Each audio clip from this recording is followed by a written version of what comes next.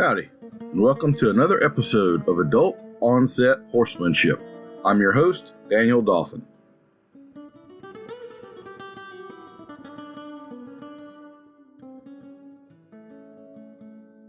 I wanted to take just a minute on this podcast episode to tell you a little bit about the online course that we are offering now, the Bit Course 2.0, Understanding How and Why Bits Function. You can find it at the website, thebitcourse.com, which will be linked in the show notes. This is a very comprehensive course. We've got two different versions. There's a masterclass version where weekly we have live calls and go over the modules and the study guide. That course has been running 25 to 30 hours over the course of 7 weeks. If you take that version, you're also eligible to go through our BIT certification program and take that test. It's at no additional cost if you want to add consulting about bits to your repertoire of body work or whatever else you might be doing. We also will have an evergreen version that you can take anytime you work at your own pace. It is less expensive. It's also a lot less content. You don't have the weekly Zoom calls with me. Those are going about 2 to 2.5 hours each week. So the masterclass course winds up 25, 30 hours long. The evergreen course you're going to do in 12 to 15, something like that. So check it out. You can go to thebitcourse.com, sign up for the free newsletter. You'll get a 30-minute video on the foamy mouth and all of the implications of that, as well as 5 or 6 articles that I've written regarding bits. Get a feel for the content. This will absolutely be some of the best money and time you have ever spent on your horsemanship journey, I assure you. And it is not discipline specific. We cover just about every aspect of the horse world that you can think of.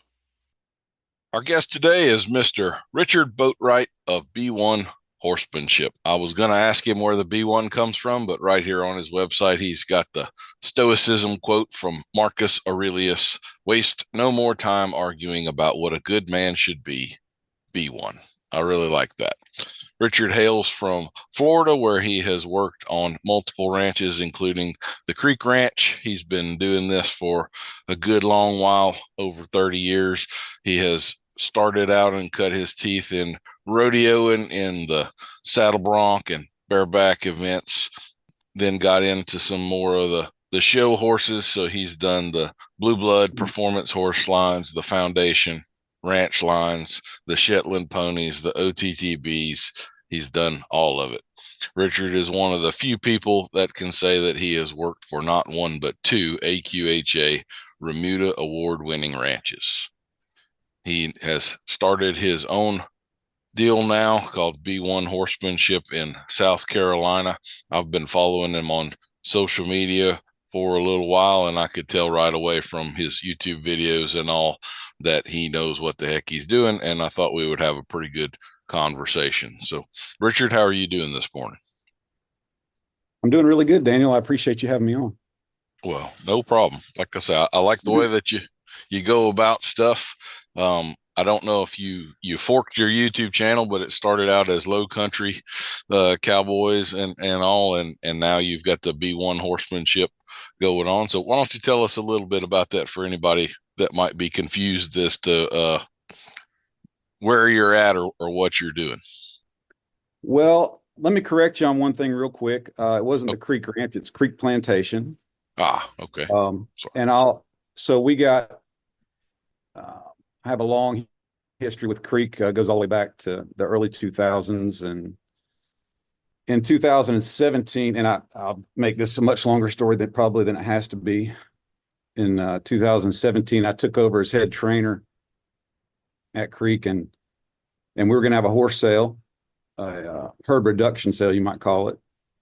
And Creek Plantation's owned by a family. You know, they own several businesses, and they have an on-staff videographer. The videographer came out to take some pictures and shoot some video of these sale horses. And he was really impressed with the ranch, the scenery and the horses and that sort of thing. So he approached me one day and asked me if I would be interested in being part of a documentary that he wanted to shoot about the ranch. And of course, I told him, sure. You know, I was flattered, and I thought it would, we'd have a good time with it. And we never really shot a documentary. It actually turned into Low Country Cowboys, the YouTube series that you see there now. and we shot, I don't know how many episodes. It might be 20 something episodes. I'm not really sure, but it sort of fizzled out just because the ranch, you can imagine, it was a pretty good size operation at the time. We were running about 150 horses and about 2,000 head of cattle, and keeping up with all of those enterprises ate up most of my time, and so it was difficult to continue on with with low country. So it sort of went away, but I learned quite a bit about producing video during that time. The videographer that handled all that, his name is Mark Alberton, and Mark was, as you can tell from the quality of Low Country, if you've watched any of it, it was very high quality. He's very good at what he does, and he taught me a lot.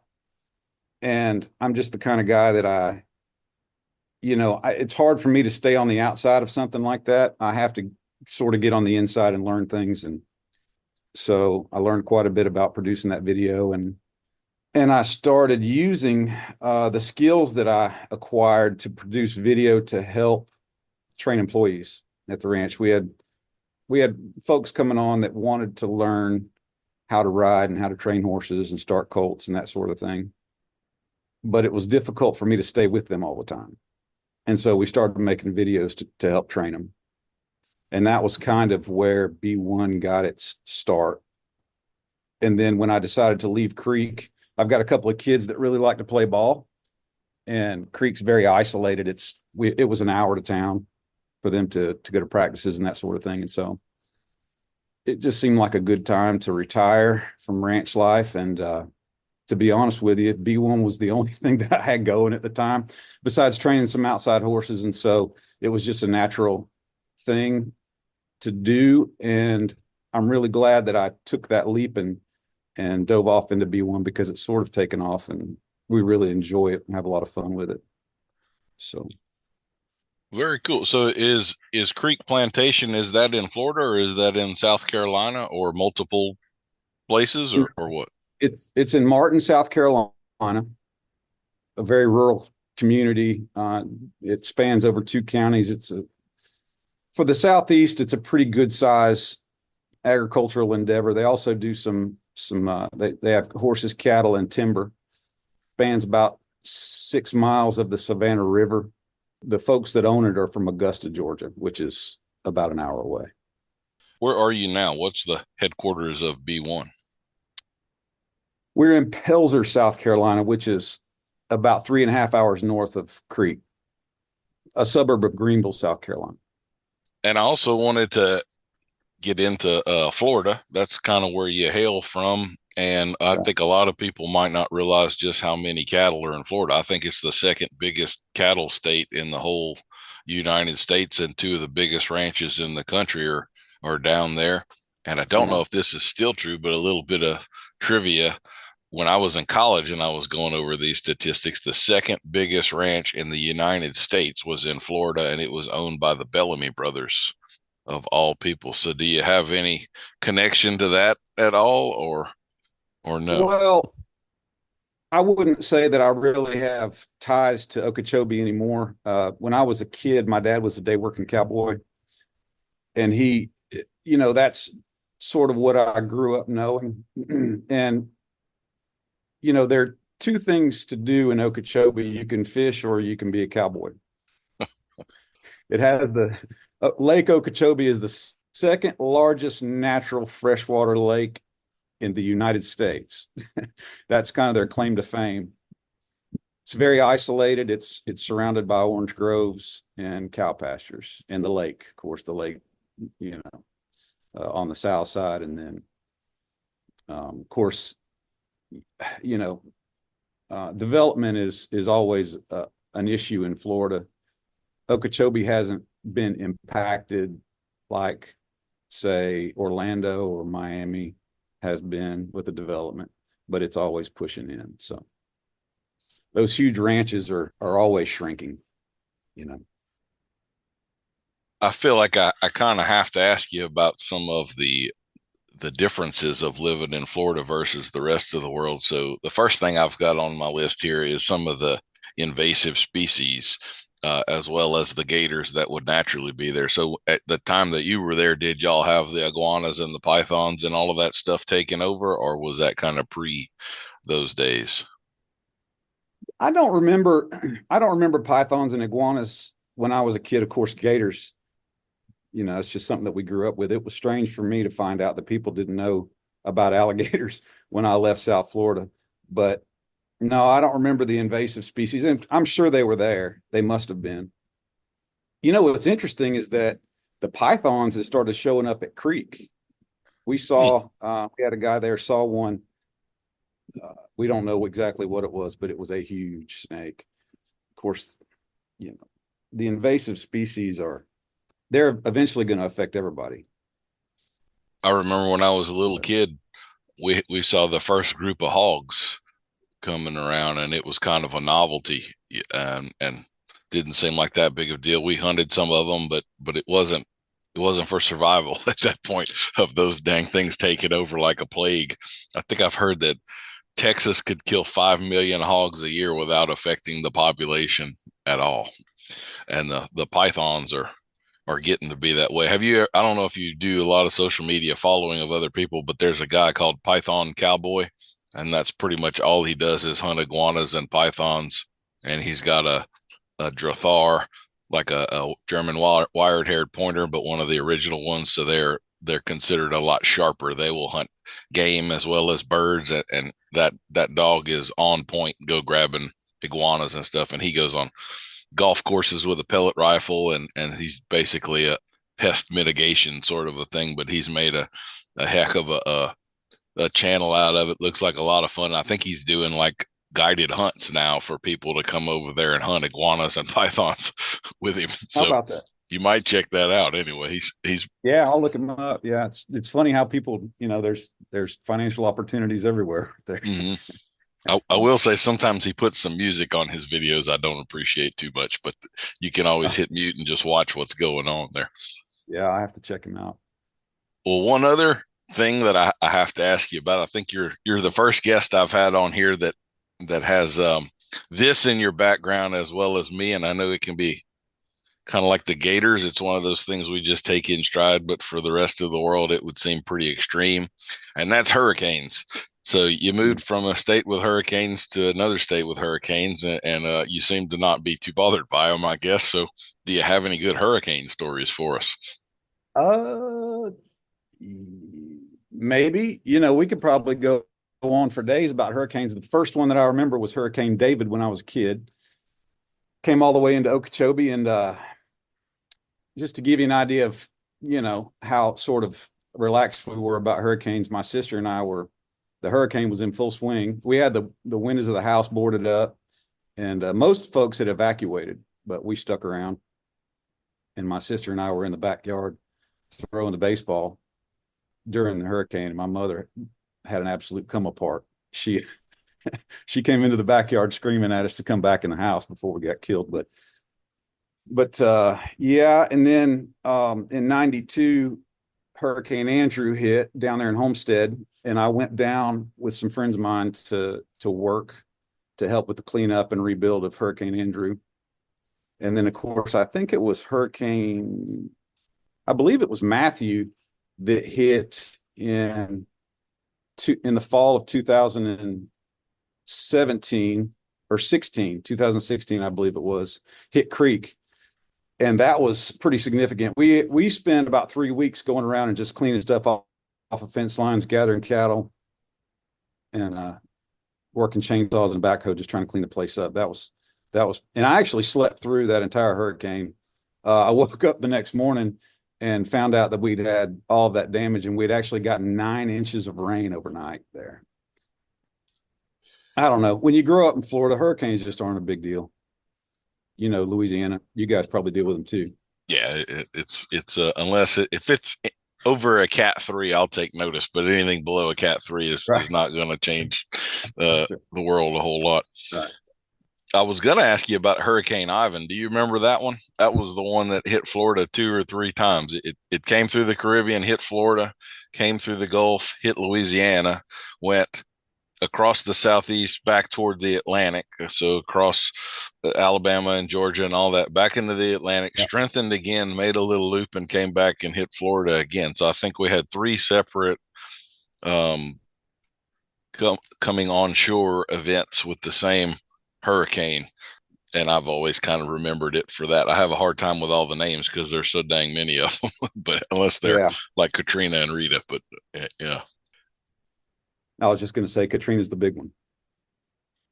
Well, so like Rita was actually a bigger hurricane than Katrina. It just hit in an area where there weren't very many people. But I know that was closer to me actually than Katrina was.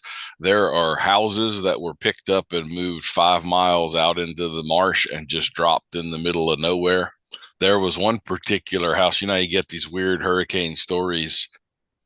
Half of the house is ripped off. It's deposited into the marsh out there, and there was still like 5 mason jars on a shelf, completely undisturbed. And you know how they go through that whole deal and just get moved 5 miles and here's stuff on the shelf like nothing happened.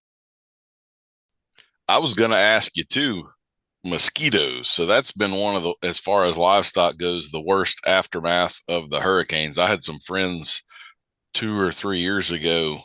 They lost 50 head of cattle to mosquitoes because they actually got on the noses so thick and suffocated them, smothered them out. Have y'all had any of those types of deals with hurricanes out there? No. Not that I'm aware of. No. You know, of course, everybody says that the mosquito is the Florida state bird.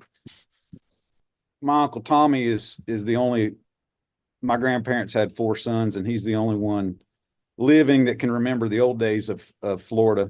And he might be able to tell us some stories about that. But, you know, what's funny about the mosquitoes is we go out to North Park, Colorado each year. The guys out there warn me about the mosquitoes in the summer. And I said, boys, I'm from Florida. You're not scaring me with the mosquitoes. But let me tell you, I was wrong. The mosquitoes in Colorado are no joke. Huh. I wonder if they're the same kind of mosquito. Like, I know that's one of the things that happens when the hurricanes hits. We have like a light gray. I'm 20 or 30 miles inshore, and our normal mosquito is like light gray. And when the hurricanes hit, they blow up a mosquito that's more black and has like white stripes on its legs, and those are a lot worse for whatever reason. So I don't know how many species of mosquito there might be, but maybe Colorado just has a more aggressive one or something. They seem to be smaller. And I don't see, you know, I know you're talking about the striped mosquitoes, but we don't see those there. Well, let's get into horses a little bit. So you're a son of a day work cowboy, and you're in high school, presumably. So how does that all fall out for you? Does rodeoing happen first, or are you a 13-year-old day working on the weekends, or how did it begin for you? So my folks split up when I was pretty young. I grew up in Okeechobee, and I went through the 8th grade in Okeechobee, and we always had horses. We had what you call cracker horses, which is kind of like the Florida version of the Mustang.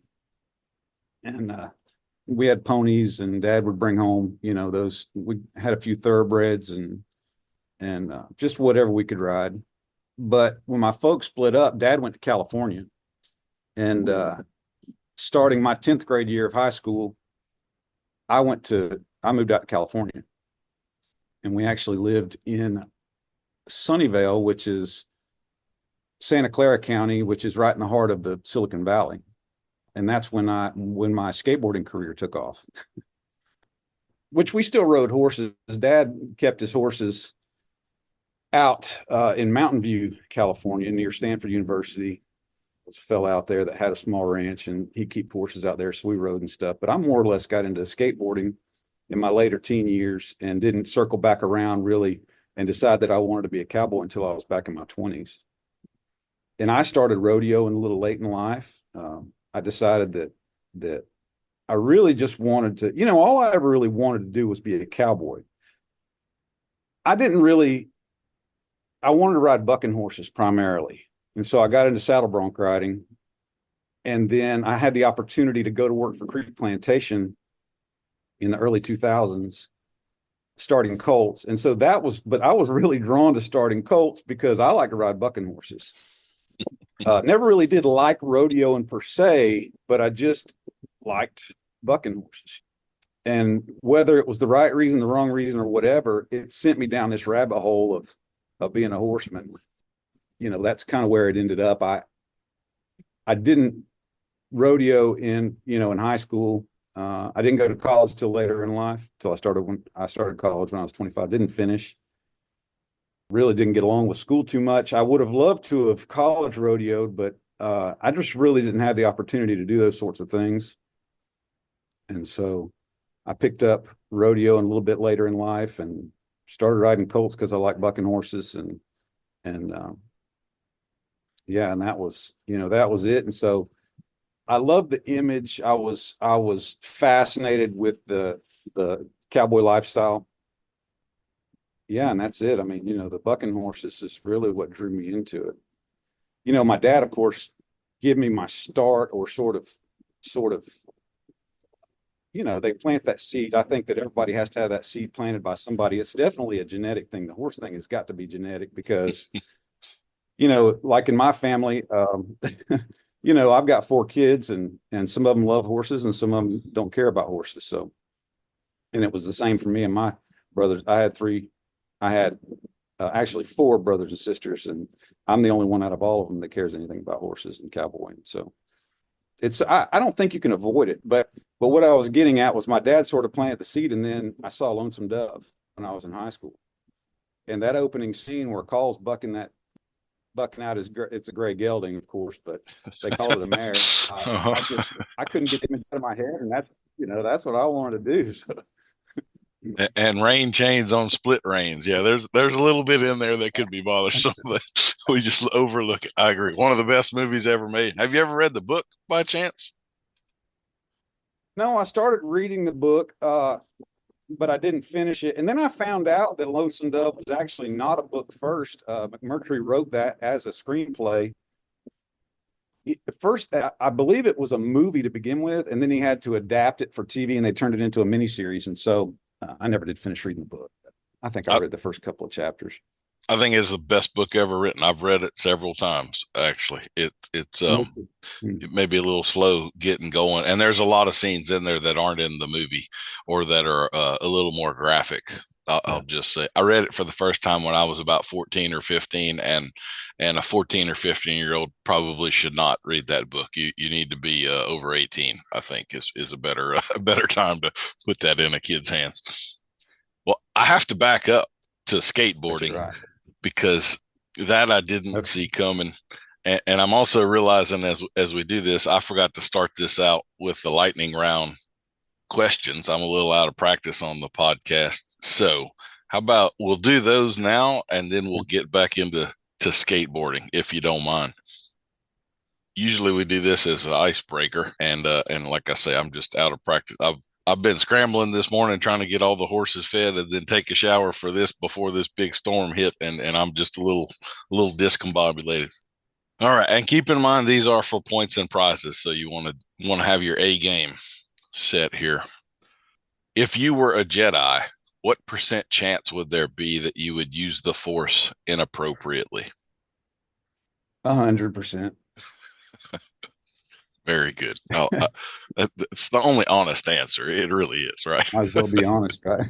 Yeah, I think anybody that answers, any way other than that's probably not honest. Morning or evening? Morning, for sure. Yeah, no question about it. I'm ready to go to bed early. Bay or sorrel? Well, the best horses I've ever had were all sorrels, but truth be known, if you're to put them right next to each other and all things are equal, then I'd pick a bay. Isn't that funny? I gotta say, like, that's one of those questions I just kind of threw in there to take up space, and I figured it would work out 50-50, and it's not even close. It's 90% bay horses. I had no clue Yeah. that there was that strong of a preference for bay horses. And you don't see it in the world.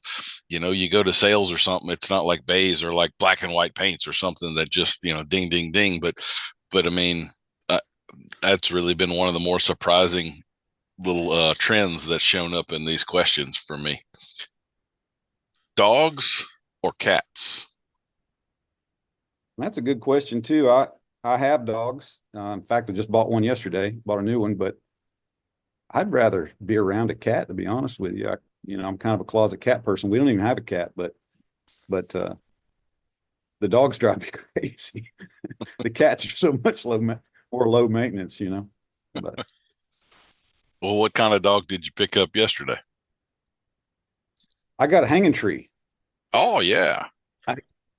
Yeah, I actually don't have him yet. I'm going to get him in a couple of weeks, but I traded for him yesterday. I'm looking forward to it. My old dog, I've got a Kelpie that I've had for he's 13 years old this year, and his trip to Colorado last year was his last one. He's just about blind and deaf, so I had to upgrade. So I'm looking forward to getting him. He's been trained by a good friend of mine, and I've never bought a started dog before, so looking forward to this one. Okay, well, that was my next question. I think you'll like it. I've had both Kelpies and hanging trees, and I love them both. I like the border collies, Yeah. but it seems like only like 1 out of 10 is actually gritty enough for my taste, and I have Yeah. not had that problem with the hanging trees and the Kelpies. They are teeth on a stick, basically. So, think you're going to like that. Does pineapple belong on pizza? Sure, just not on my pizza. Okay. Are you a cook at all?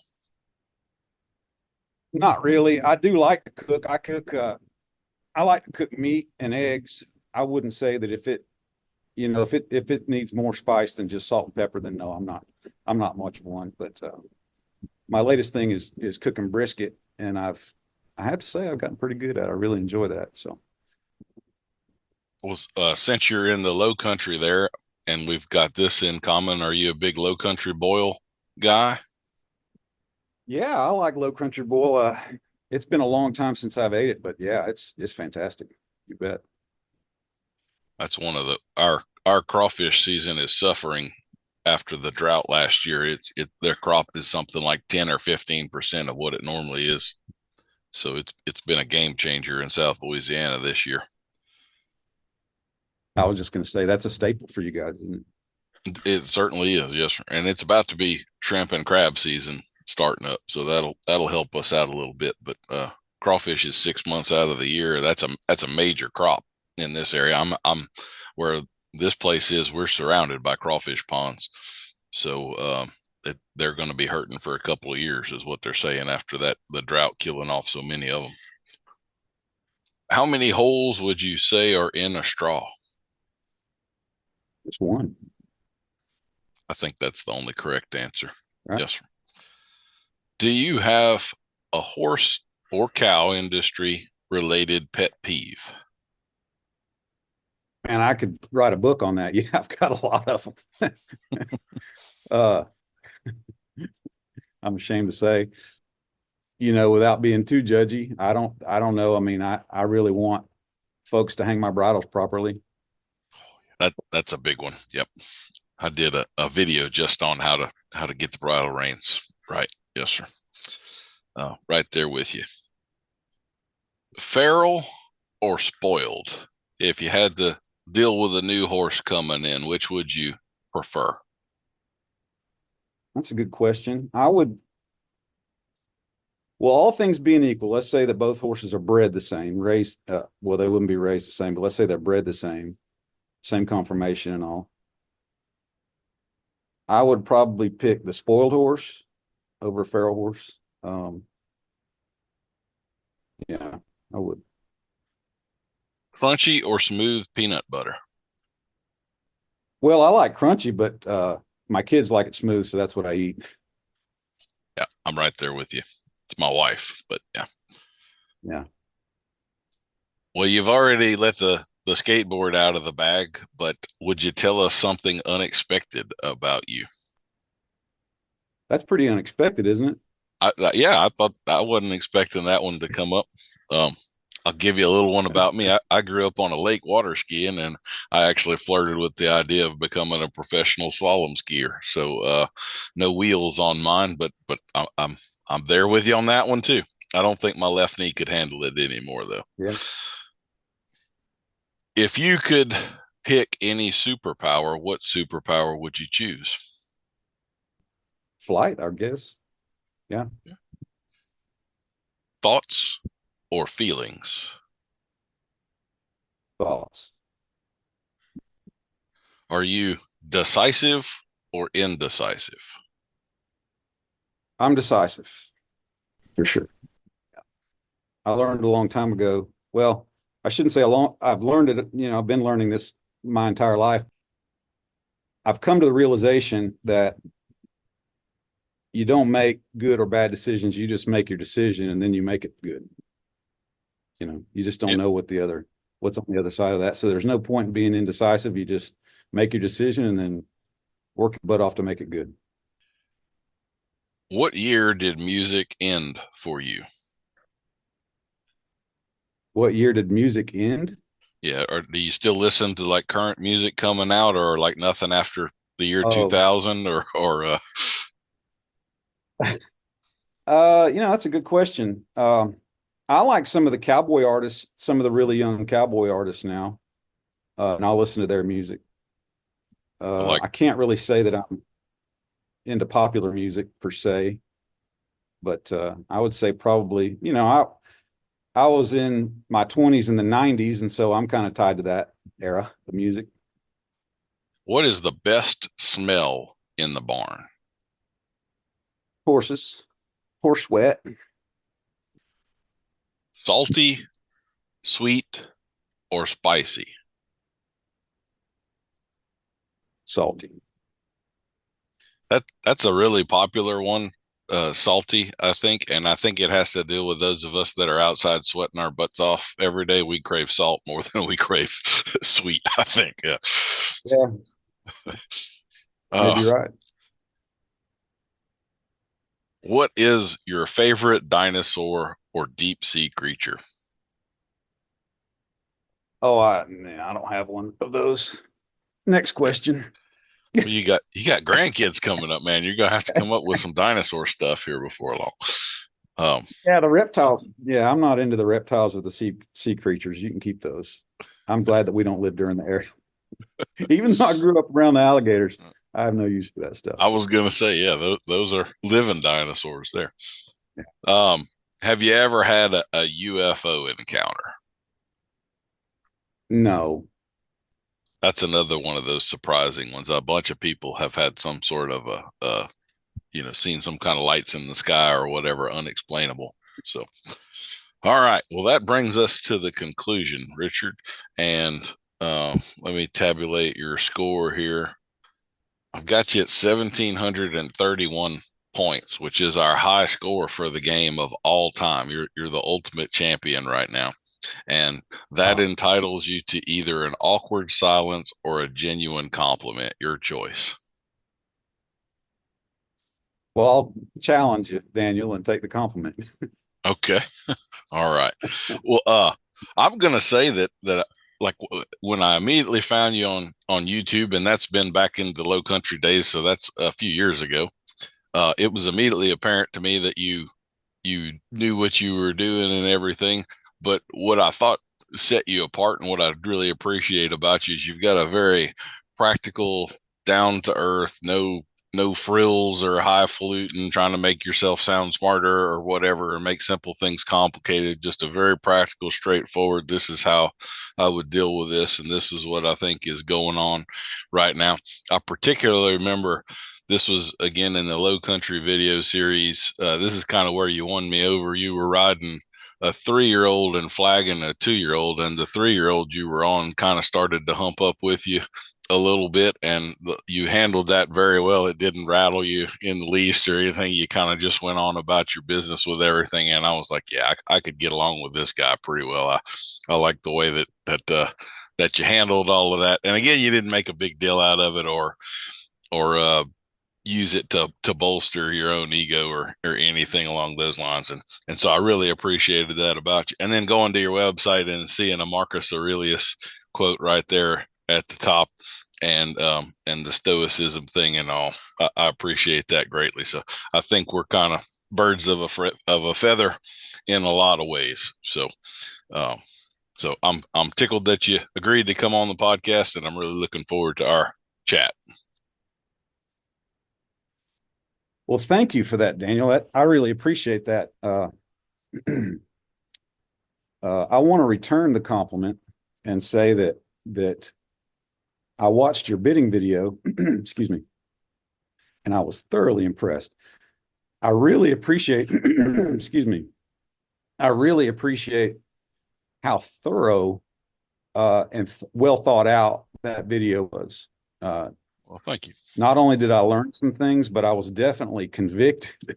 you really, you know, I have a lot of things that I say in my videos, and I primarily say them to remind myself.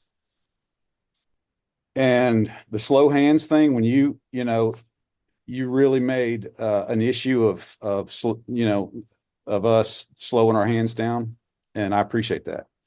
I really do, because we all need to be reminded of that. Well, thank you.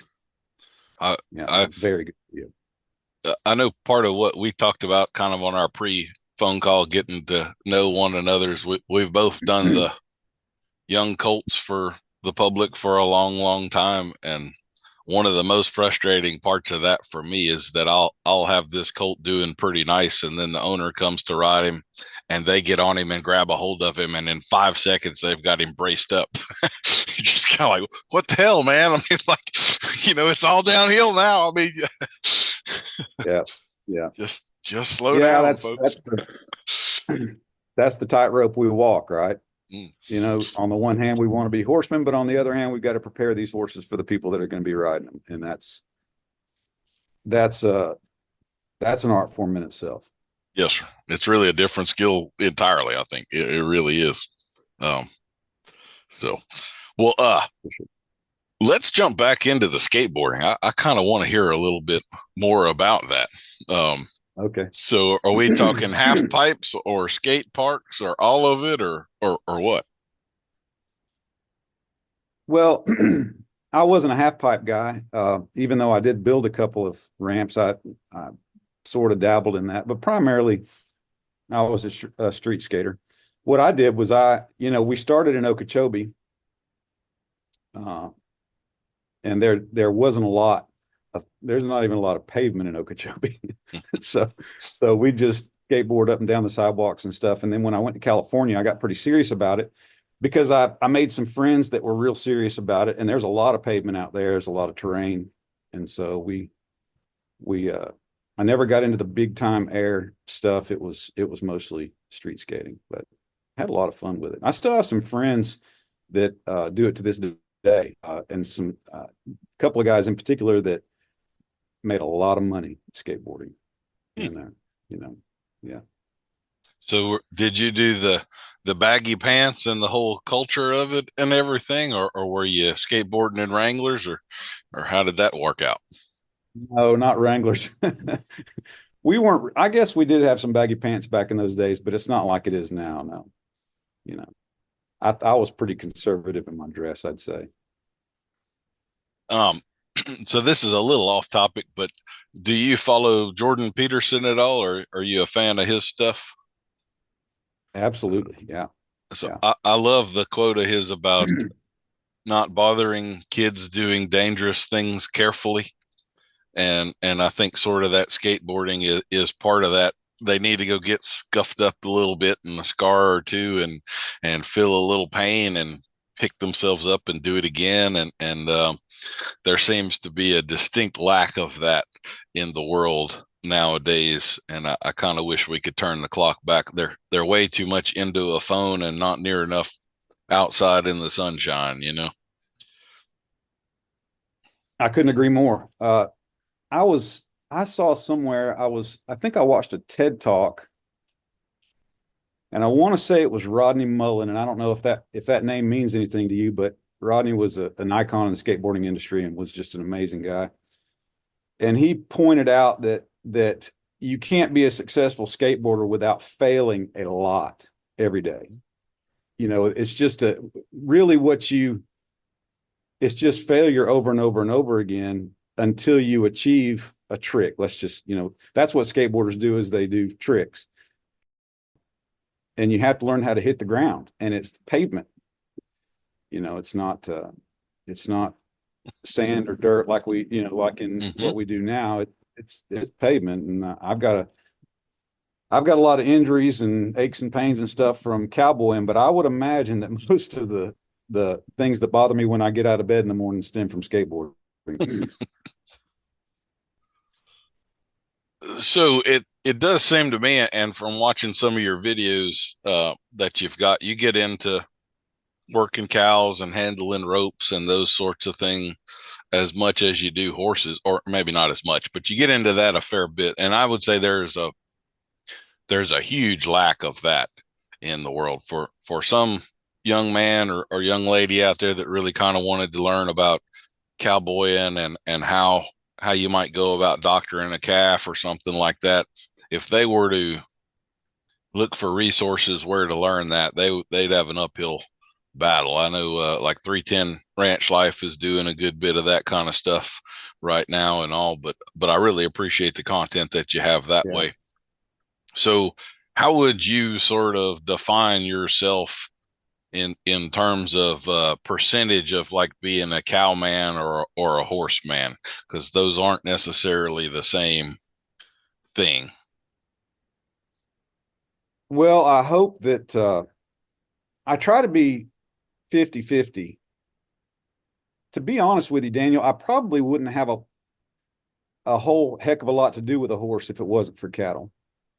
Like I said, and don't take that the wrong way. I mean, I have a deep connection with my horses, and it seems like the older I get, the more I learn, the deeper that connection gets. But my love of being a cowboy and a cowman is still and so, when I started out, like I said before, I didn't start out to be a horseman. I started out to be a cowboy, and I always considered knowing cattle and understanding the cow business as a whole was a huge part of that. And so, I spend my summers attending to yearlings in Colorado. And so, a fellow's and I've worked cow-calf outfits. I managed a cow-calf outfit out in Buffalo, Wyoming for a while. And I worked for the University of Georgia, where we did quite a bit of, we had a herd of mama cows, and I learned a lot about cattle and genetics and reproduction and grazing and all that sort of thing there. And so I'd say that I don't think that the cattle side of it is as deep a rabbit hole as horsemanship is. In fact, I know it's not. Mm-hmm. A fella can learn most everything that he needs to know about cattle, in a few seasons, in a particular industry. In other words, if you want to learn everything that there is to know about cow-calf operation, you could go to work for a decent size outfit. As long as you're applying yourself mentally to the industry, then you're going to learn everything in just a few years. Everything you need to know to be, proficient with it. And the same with stockers.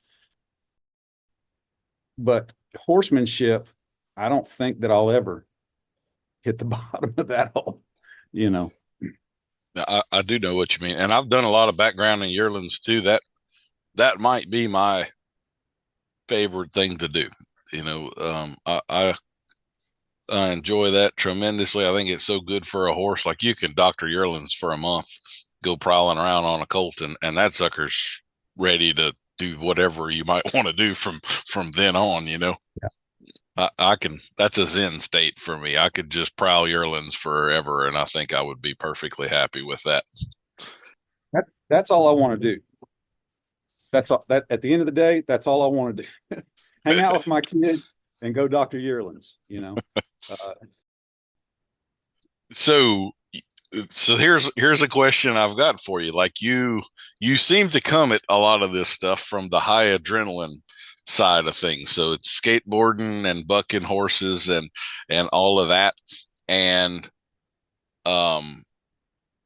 so would you say there's been a a change in you, maybe a maturing over time or something? Because if you're high adrenaline doctor in yearlings, you probably won't have a job but for about a week or something like that. And the man that owns the cattle you're running around the pasture is probably going to send you packing pretty quick. So those things don't necessarily jive, I guess is what I'm getting at. So how would you say your evolution, or were you, I guess I'm making an assumption here that might be false, because in my experience, a lot of the rodeo guys that ride bucking horses, I don't necessarily want them in my round pen because they're going to make sure they have a lot of fun, which may not be the best thing for the colt that we're being paid to deal with here, So I would say there's a reason, in my opinion, there's a reasonably low percentage of those guys that convert into pretty good horsemen on the other side. Sometimes they stay with I want to ride wild stuff a little too long, and their motivations to feed that, not to do the horse part. So I don't. That's a very poorly asked question, but I think you understand what I'm getting at. How did you evolve there? I wouldn't really say that I get an adrenaline rush from skateboarding or riding bucking horses per se. Maybe I do. I feel like I've always been really good at controlling that. To be honest with you, I get much more adrenaline or much more excited or nervous having interactions with people than I do with, things that are considered to be, high adrenaline activities. I think it was probably to my detriment that I didn't get excited about riding bucking horses. That's why I didn't really have a huge career with it. I would almost get sort of, you were saying Zen state earlier. That's kind of where I would go with it. I was just going to say, again, I think we're kind of similar. Like I rode bulls when I was in my late teens and early 20s, and I honestly had more fun at the practices than I did at the rodeos, because at the practice I could get on 5. At the rodeo, right, you got your one shot, and if there's a short go or whatever, you may get to ride again. But by and large, you drove 3 hours to be there for a few seconds and then go home. And at the practice, I could keep pumping a little money into it, and I could ride as much as I wanted. And that was the part I liked. It wasn't the lights and the crowds. It was the getting to climb on one and do my thing, So, yeah, I think that's why. Yeah, I was the same. It was the challenge of getting good at something that's extremely difficult that attracted me to it. I think that, and the romantic side of it, the image side of it. I really, the aesthetic part of riding bucking horses and skateboarding. Really, I've always appreciated that. And so, but I think that, maybe I'm a little dull-minded. I think that's probably the case because, like I said, I don't get real excited. And that, I think that, well, I know that helps me with young horses and with yearlings too. A fella can't ride into 1,000 head of yearlings and have his adrenaline pumping and get his job done efficiently. You're just not going to do it. The cattle are going to read, your horse is going to read you first of all, and then the cattle are going to read that, and you're never going to get your loop on a sick calf if you're riding around, with your blood pumping. I completely agree. So you mentioned a little bit about the people side, and you obviously are trending that way in your career. You're now doing a lot more teaching of people than of horses. And in our conversation on the phone, you had mentioned you were wanting to get more into clinics and those sorts of things. And I just wanted to tell you, you're not nearly alone. Every clinician I know pretty much got into this business to get away from people and to just go play with horses. And then all of a sudden, 30 years later, you realize that this is a people business, not a horse business. And now you feel like you're starting at the bottom again, having to figure out the people side of this thing instead of the horse side of it. So do you have some thoughts on that, or you want to share some plans or some goals with us on the people side of this thing? That was one thing that surprised me about getting out of that's why I went into ranching, really. I mean, aside from from loving the lifestyle and the livestock, I just like being isolated. Always have. And you'll run into a lot of guys that ranch for a living that are that way. They're just antisocial. But the more I get into what I'm doing now, the more I am surprised at how much I really enjoy helping people and seeing the light bulb come on with them. Mm-hmm. Maybe that's maturity on my part, or maybe it's just the fact that I never really explored that part, you know. To see the light bulb come on with some of these clients that I've got, and I deal with some that are kind of handy. You know, a lot of my clients are, you know, now I'm talking about the people that I interact with face to face, like doing lessons and clinics and that sort of thing. And some of these folks are pretty good, but some of them, as you well know, really probably don't have any business being on a horse outside of an arena where there's someone there to help them. Some of these folks have just got cojones that they'd have to carry in a wheelbarrow because the horses that they're riding are completely out of control and they don't have the skills to control that horse. It never ceases to amaze me, some of the situations that they get themselves into just because they want it so bad. And to help those people, to give someone that already has a foundation of knowledge, they've got a seat, they've got some hands, and their horse is reasonably broke, to give them a little nugget of knowledge is great.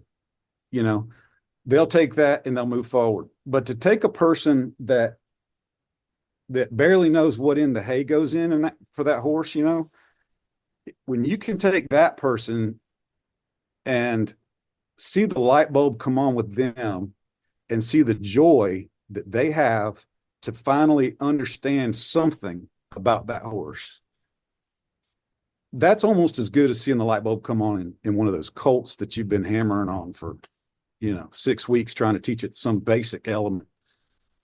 You know, you just get goosebumps from it. I do.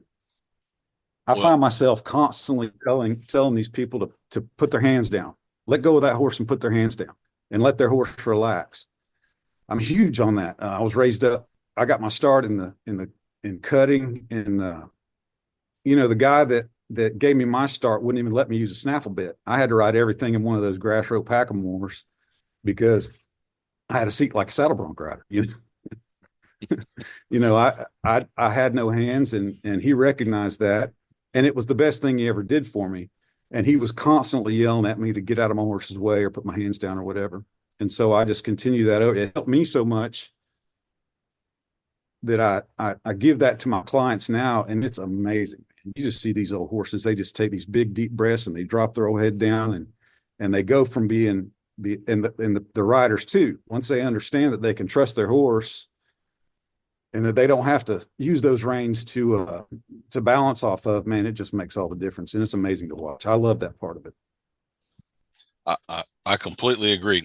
I love when it's probably my favorite kind of customer is the lady that shows up at a clinic on Saturday and she's got a horse that's a little spoiled and she won't take a hold of him or anything like that. You kind of give her permission and show her a couple of things. And by like Sunday afternoon, you're having to go, okay, easy now. You're scaring him a little bit. You know, they've grown so much in that short period of time. Now you're like, all right, you found the other side of the road. Now we need to back off a little and kind of stay in the middle here. Okay. One thing I wanted to ask you about, like I appreciate this a lot from watching some of your videos and stuff. I'm pretty big on the safety aspect of all of this. And I see people teaching things a lot that are not real safe. They're maybe standing in the wrong place where if they were with the wrong kind of horse, they would be a victim here in just a second and things like that. And I kind of think that the only way to get to that spot is kind of through that road of hard knocks where you deal with some of those horses and you realize what a horse in a bad spot can do and how you have to handle that safely or you're going to put yourself in a bad spot. I find that would be one of my biggest pet peeves with the industry is that the safety side of that stuff is not addressed well enough. And thus we wind up with people that build habits that are not going to serve them well. necessarily. So why don't you tell us some of your thoughts on the safety aspect of that, and I guess if you agree with me there, was it more the school of hard knocks that taught you that stuff, or do you kind of have something you're following there that was pre-designed, or what?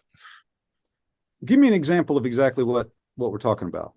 So like just to go to get on a horse, whether you're standing too far back at his flank or something like that, the way you're handling reins or picking up feet or even saddling them. I've seen a bunch of people, they'll go to grab the rear girth and they put their face right down there where if that horse kicked at a fly, they're going to get tagged in the forehead by a back hoof. Just a lot of the little things kind of walking around a horse that could get you in a bind if you're not aware of them or if you're lax on some of that stuff.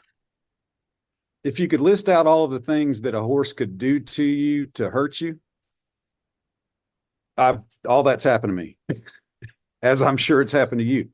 Kicked, bit, flipped over on, run over, stepped on, all of those things, pawed down. They've all happened to me. And so I've learned a lot of that through, like you say, the school of hard knocks. But at the same time, I'm very observant in the context of teaching, creating videos or teaching one-on-one. For me to put content out there that's teaching folks unsafe ways to do things, and there is no real safe way to be around a horse. There really isn't. But, that wouldn't be the proper thing to do. And so it could be that, you and I do things when we're around a horse, we do 90% of what we do unconsciously, just because we've been doing it for so long. And what I try to do is I try to bring those things that folks, there just isn't a lot of, like you said before. So I'm talking myself into a circle here. My mind operates like that sometimes, but there's not a lot of information out there that's genuine for folks to really get safe around their horse. And going all the way back to where people started making, all the way back to Xenophon. I mean, we talk about the Greeks. I mean, I don't know if you've ever read Xenophon's book on horsemanship, but he talks about a lot of these safety things, and you just don't even see in modern videos, you don't see a lot of folks that are giving you genuine, safe handling practices around these horses. And so, the way you put the saddle on, where you stand to saddle the horse, especially a young horse, the way you stand and mount a horse, especially a young horse. I do it on all of them because, all I mostly do is ride young horses, but I really want to bring those things to people that aren't common knowledge, the safety aspects that aren't common knowledge. And unless you've been around a lot of waspy colts, you may not know these things. So I hope brings I answered your question, Daniel. I hope that did. I'm not even sure if I answered your question, but no. I feel, I think it's super important that folks are genuine. And another thing about that, if I find out that there's a better way of doing something, I'll make a video about it and I'll put it back out there. And I'll say, look, guys, I used to do it this way, but I learned that this is actually a better method for me. And it's constantly evolving. And so if I don't bring those things to my customers, then I'm not doing the right thing. I think that speaks to the genuine nature of what you're talking about. I mean, if you're still doing everything the same way you did it 10 years ago, either your ego won't allow you to be wrong or you hadn't learned a dang thing. And I don't think either of those is very good. So, you have to be kind of evolving. And if you don't contradict yourself at some point, then you're just not learning. Yeah. So being a former, or I don't know if you're ever a former, but a Florida cracker, and we're talking about safety, I'm assuming you've done some popping of a whip off of a horse, and that is one of those kind of a lost art sort of thing. So why don't you tell us a little bit about that? Do you have do you still use a whip? Do you go to Colorado with a whip? And do you have a particular type of whip that you like, and maybe some tips about using a whip off of a horse or not using a whip off of a horse? What are your thoughts on whips and horses? Well, I don't really use them anymore. I do have a couple of whips. I have one my dad gave me. My dad had two nylon whips platted when I was 10. So that would have been in 1981 or 82. He had these two whips made by this old gentleman down in, he lived in a little town called Yeehaw Junction, just north of Okeechobee there. And I've still got mine. And then when my dad passed, I got his. So I've got both of those whips now. And they're just kind of, I don't use them anymore. Not that I disagree with them or whatever, not at all, because man, they can be super handy, but I pack a 60-foot rope. And so I don't really have a place to put a whip on my saddle anymore. I like to use a dog around cattle. And so the whip, down there in Florida, you just about have to have a whip, because I don't know if, well, I'm sure you've got to be familiar with you got to know the reputation of Florida that cattle have that come out of Florida. If you don't have a big pack of cur dogs and a cow whip, you're just not going to get a lot done with them. And whether that's, whether those cattle are created by the cracker cowboys or whether they're that way naturally, it doesn't, regardless, the reality is that a cow whip is one of those things that's just sort of a necessity. But as far as getting a whip around a horse, I don't do it anymore. I don't crack I used to, just because it was fun, but it's not difficult. I've never once had a horse. I have horses that are more afraid of a rope swinging around them than a cow whip. Never had a problem with a horse that, cracking a cow whip or anything like that. So some of these cutters now, I haven't really gotten into some of these real stingy cutters, and started swinging a whip around them. That might be a little different story, but generally, if you take your time with it and obviously practice on the ground, because you can do some damage both to yourself and the horse if you don't know how to swing that thing properly. But if you take your time and introduce it to them slowly and let the pressure off when they give you the signal, and then you're not going to have too much trouble with the whips. I think, Richard, it's about time I'm going to have to pay the bills here and get into our episode sponsor. And in order of your heritage and location over there, I reached out and I found one that I think was just perfect for this episode. So our sponsor today is Floralina Squat Conversions. You've heard of Western Hauler and the custom mods that they do to horse hauling trucks. Well, the East Coasters have our own needs, and Floralina Squat Conversions is here for the discerning horsemen and horsewomen of the Southeast. Ladies and gentlemen, we all know that the preferred method of hauling a horse trailer worth more than your first house is with your truck's front end way up in the air. We want those other drivers to appreciate just how heavy our haul is. We also want to see over the hood. Your prayers have been answered. Floralina Squat Conversions patented new air ride wedge seats lifts you up when your tail is down.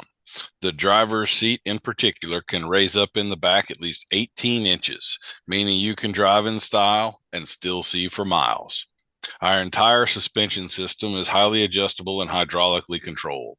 Let's just say that your converted truck will excel at squatting on the front and back.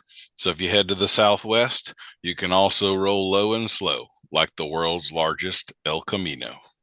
You might be wondering, but beyond hydraulic suspension and well thought out seat design, what makes Floralina Conversion special?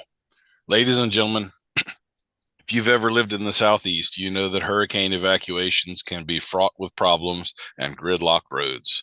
With the advent of all these EV vehicles that die on those roads, what is a stylish horse person to do when trying to get their ponies to safe ground?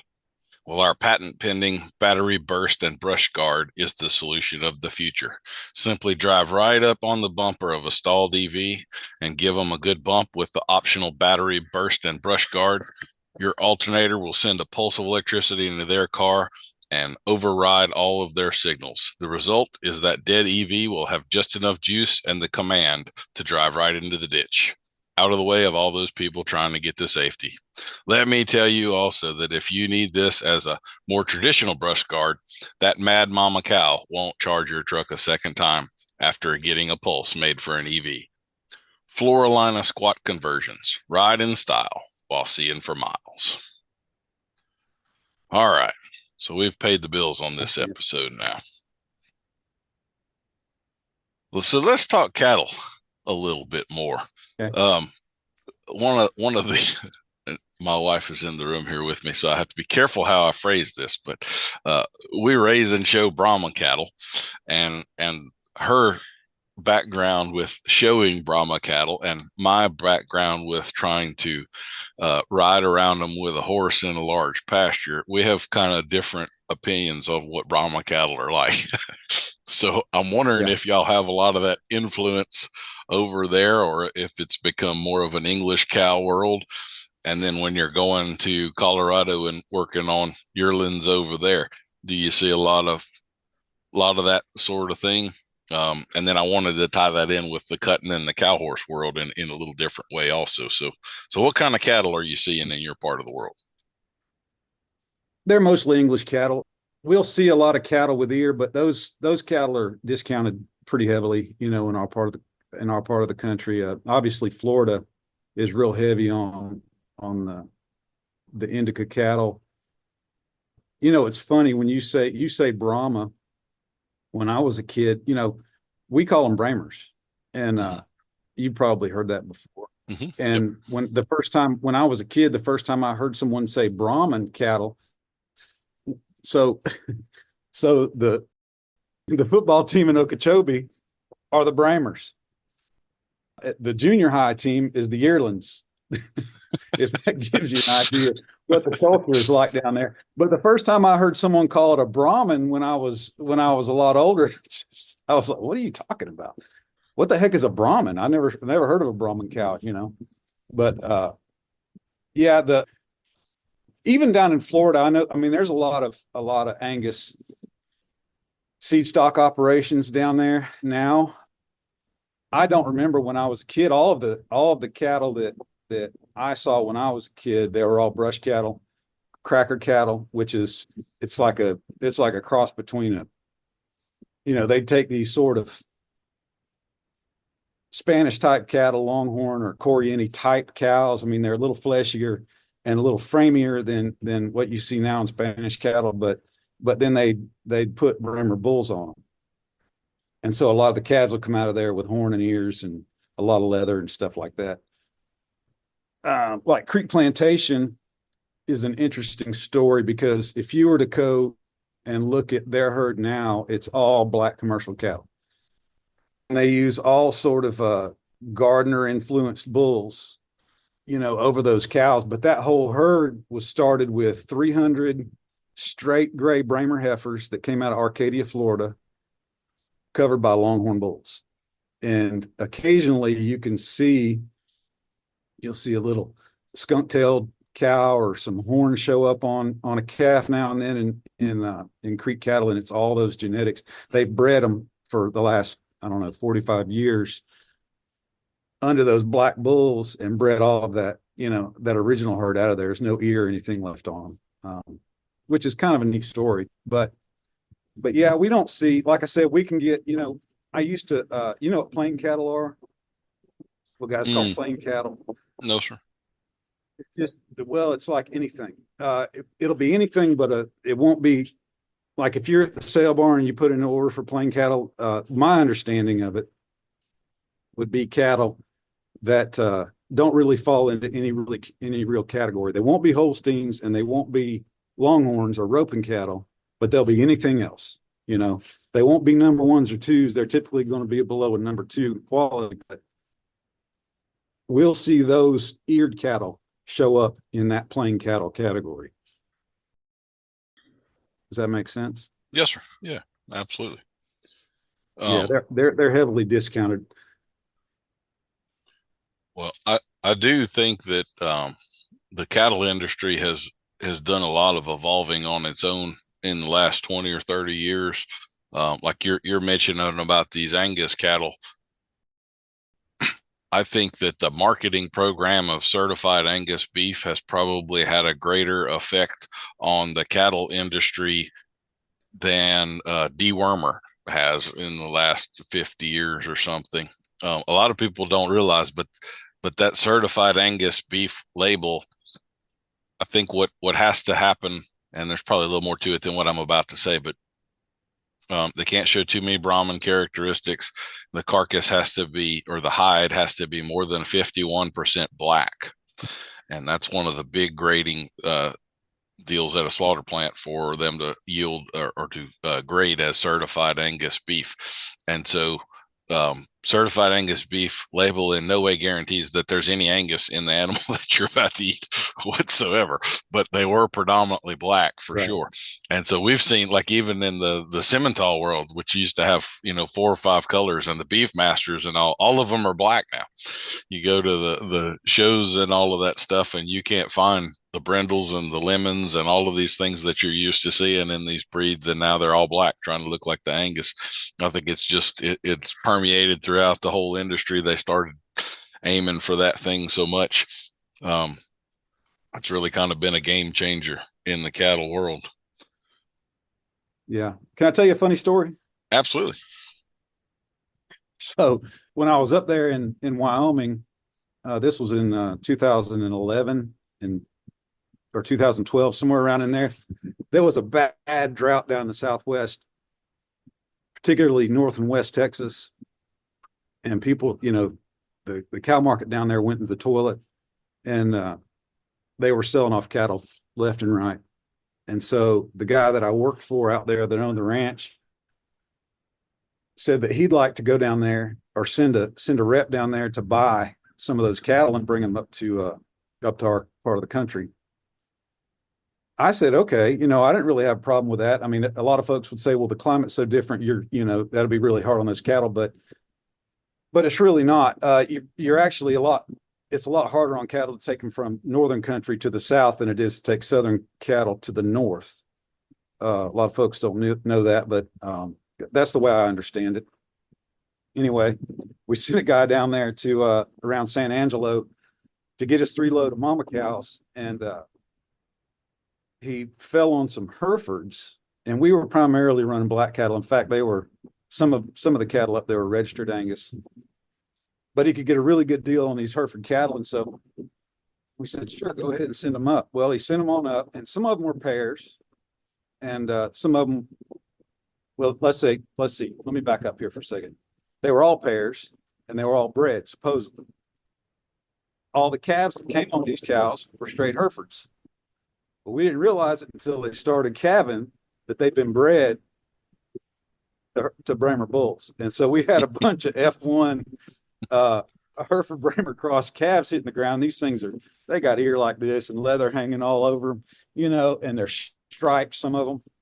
And buddy, our neighbors had a field day with that. That was the funniest thing they'd ever seen. Here we are, 6,000 foot elevation up there in the winter country, and we're having a bunch of F1 Bramer Hereford cross calves hitting the ground. But I will say this, those calves were some of the best performing calves that we raised that year. We got laughed at until we ran those calves across the scale. So. Well, I'll say that, like with my kids, we're down here in South Louisiana, and Brahma cattle are really big down here. One of the things that they can win at the state fair is a trip to Louisville, Kentucky, to one of these big international livestock shows up there. And when all these Louisiana kids haul their Brahmas up there, most of those people have never seen one. They don't have any idea what that thing is. We've had people come by and ask, is that some kind of camel, or all kind of weird stuff. And like, I guess it's like the alligators. I mean, this is just normal, but other people, this is something very, very different. So anyway,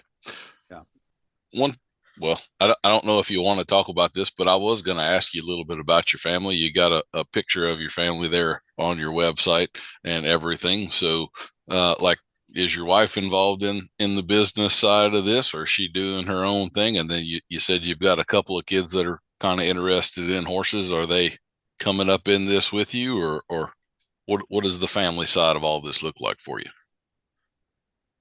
Well, my wife is definitely involved. She's she's the linchpin in the whole B1 deal. Without her, there's no way it would even exist. She's good with computers, and she's very smart, and And I don't just say that just to gain favor with her. She's really, really good. All the stuff that you see is she's had a hand in all of it. She's not so much into horses. Technically, my best using horse belongs to her, but she loans him to me on a regular basis. She's only ridden him a few times, but my kid, she's just so busy. You know how it is. My kids, I've never been one to really push what I'm interested in onto my kids, but they do ride. All of them ride. My son's he's pretty good with a rope, and he's got him a little cutting horse that treats him pretty good. And my daughter, Caroline, I've got two at home still. See, I've got an older daughter. My oldest is, gosh, I guess she's 28 now. She's got my three grandkids. And then my second daughter just turned 21, and she's off at school basically. And so I've still got the two at home. And the first two rode a good bit as they were growing up. And the second two come to the barn twice a week. They're homeschooled, so they come twice a week and ride and help with everything. But like I said, I don't really push it on them. And we don't show. I've never really been much of a showman. Much prefer to stay at home. So we didn't really raise them up in that environment. And so they don't really have goals and things they're working towards with their horses. It's really just, I just want them to enjoy it, Mm-hmm. And I feel like if it had been pushed on me by my parents when I was a kid, we just got to ride. Our horses were just there for us to use. We could do whatever we want. We actually would get on our horses and ride all over the place. They were our transportation when I was a kid. And so I don't want to, I guess you could say I don't want to make it a job for them. If they decide to go into the horse business or have horses or whatever, when they get out there and into the world, then that's entirely up to them. That's the way I want to leave it, I agree more. I want to make it available to my kids, but I don't want to push my dreams on them. They get to have their own dreams and their own directions and all of that stuff. So at the same time, we do live on a ranch, so they need to know enough to not get killed when they're around. That's one of these things I see with some other parents and their kids. Like, I'm a pretty strict dad, but that's because when I say no, stop, like that might mean they just walked up behind a horse they really didn't need to, and like they need to obey that command right here and now, or it could be a life and death situation. It astounds me, some of the parenting I see. I'm like, that kid would be dead in about 3 hours on my place because he doesn't listen at all. What about the three grandkids? No, we've never really been into the pony. I'm not a pony guy. I'd rather have a nice broke quarter horse for them, and we have a few of them. They're not really big enough to ride yet. They've all come out and got to pet the horses and that sort of thing. But when they're ready, all they have to do is ask Padre to go ride, and you bet I'll take them.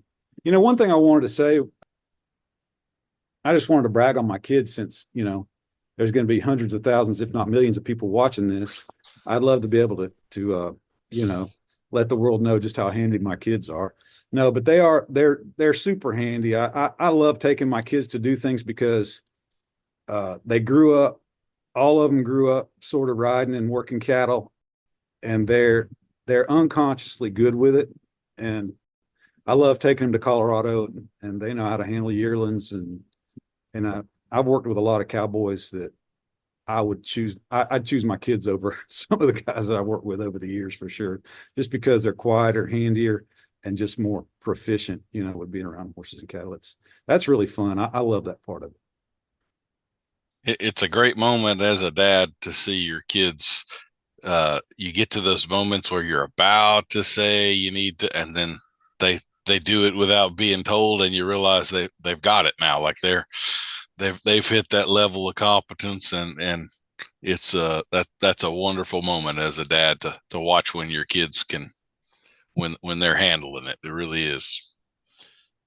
Yeah, my second daughter, one time we were grazing yearlings, and we had a big bunch of heifers get mixed in with a big bunch of steers, and that's a wreck.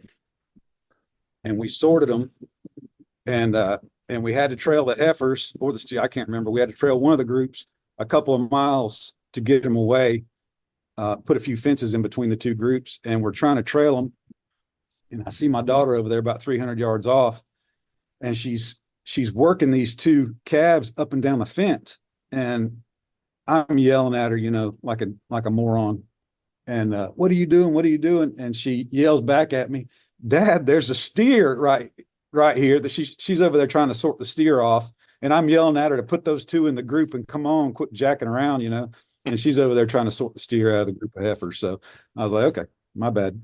I'll just shut up. And she goes over there, she cuts them out, puts the steer back where he's supposed to be and pushes the heifer or whatever it was, So that'll make you proud and feel stupid at the same time. Well, that's all part of it. I like it.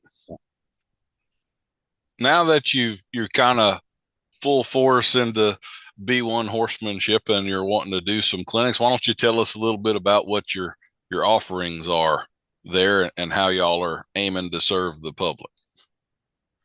We have the membership site where, excuse me, we try to provide as much value there as we possibly can. We upload a new video every week, sometimes 2 a week. I feel like I need to be providing fresh content. One, to keep people engaged.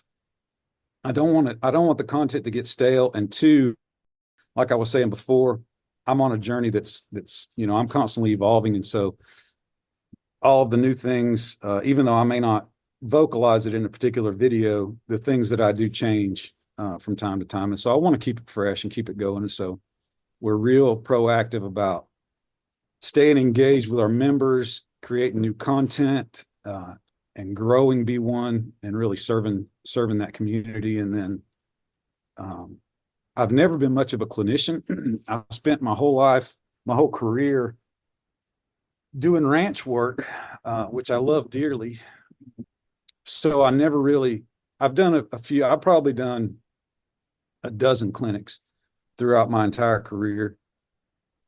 But we're trying to grow that side of it because, well, it's just sort of a natural thing. It just sort of goes hand in hand with what we're doing with the video. And I've found that there is a demand for it.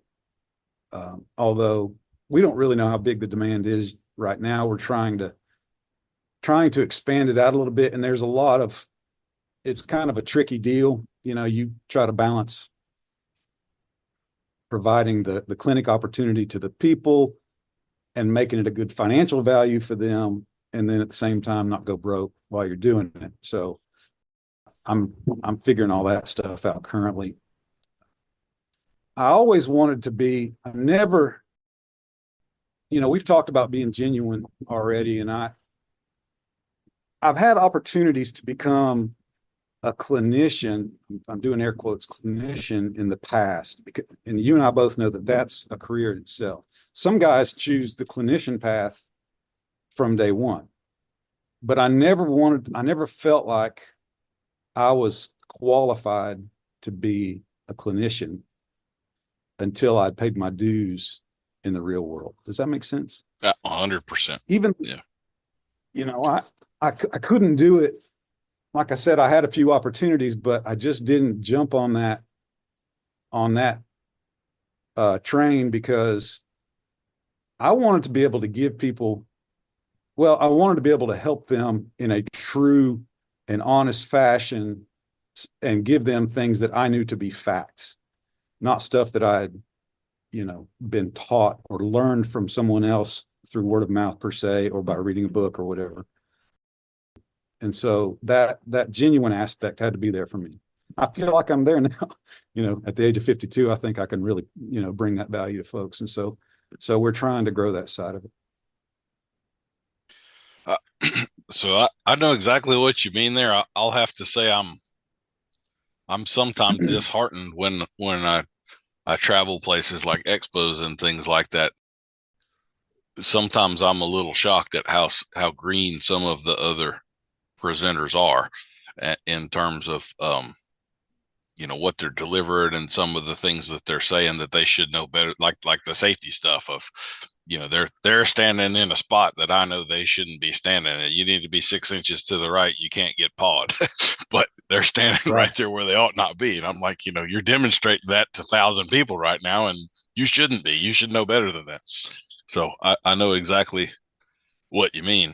And I'll tell you, one of the things I've kind of struggled with is that the crowds of people don't know the difference. I can remember one particular event that I went to that I was emceeing. So I'm the guy on the microphone explaining everything all weekend. And one of the presenters in particular I had heard of before. And when he got out there to ride, I was utterly shocked at how green he was. And the audience clapped for him as loud as anybody else and all of that stuff. And it was really it was a professional slap in the face, I felt like, because it was the first time I realized that they don't recognize the difference in the skill sets. You get to a point where you're better than them, I guess, or more skilled, and they can't tell the difference between a 7 and a 10, I guess. I don't know if that makes it, but yeah. Anyway, no. It was a moment for me. I'll have to say, I was wondering, like, did I practice this 15 years longer than I needed to, and I was actually good enough way back when, or what? Yeah. But I had the same feeling you have, is that I felt like I needed to be at a certain level and have a certain amount of experience and a certain number of horses behind me before I had any business actually trying to convey that to other people. So yeah, I understand your sentiment completely. Yeah. What we try to do with B1 is, it's unfortunate that folks have to go down the wrong road first.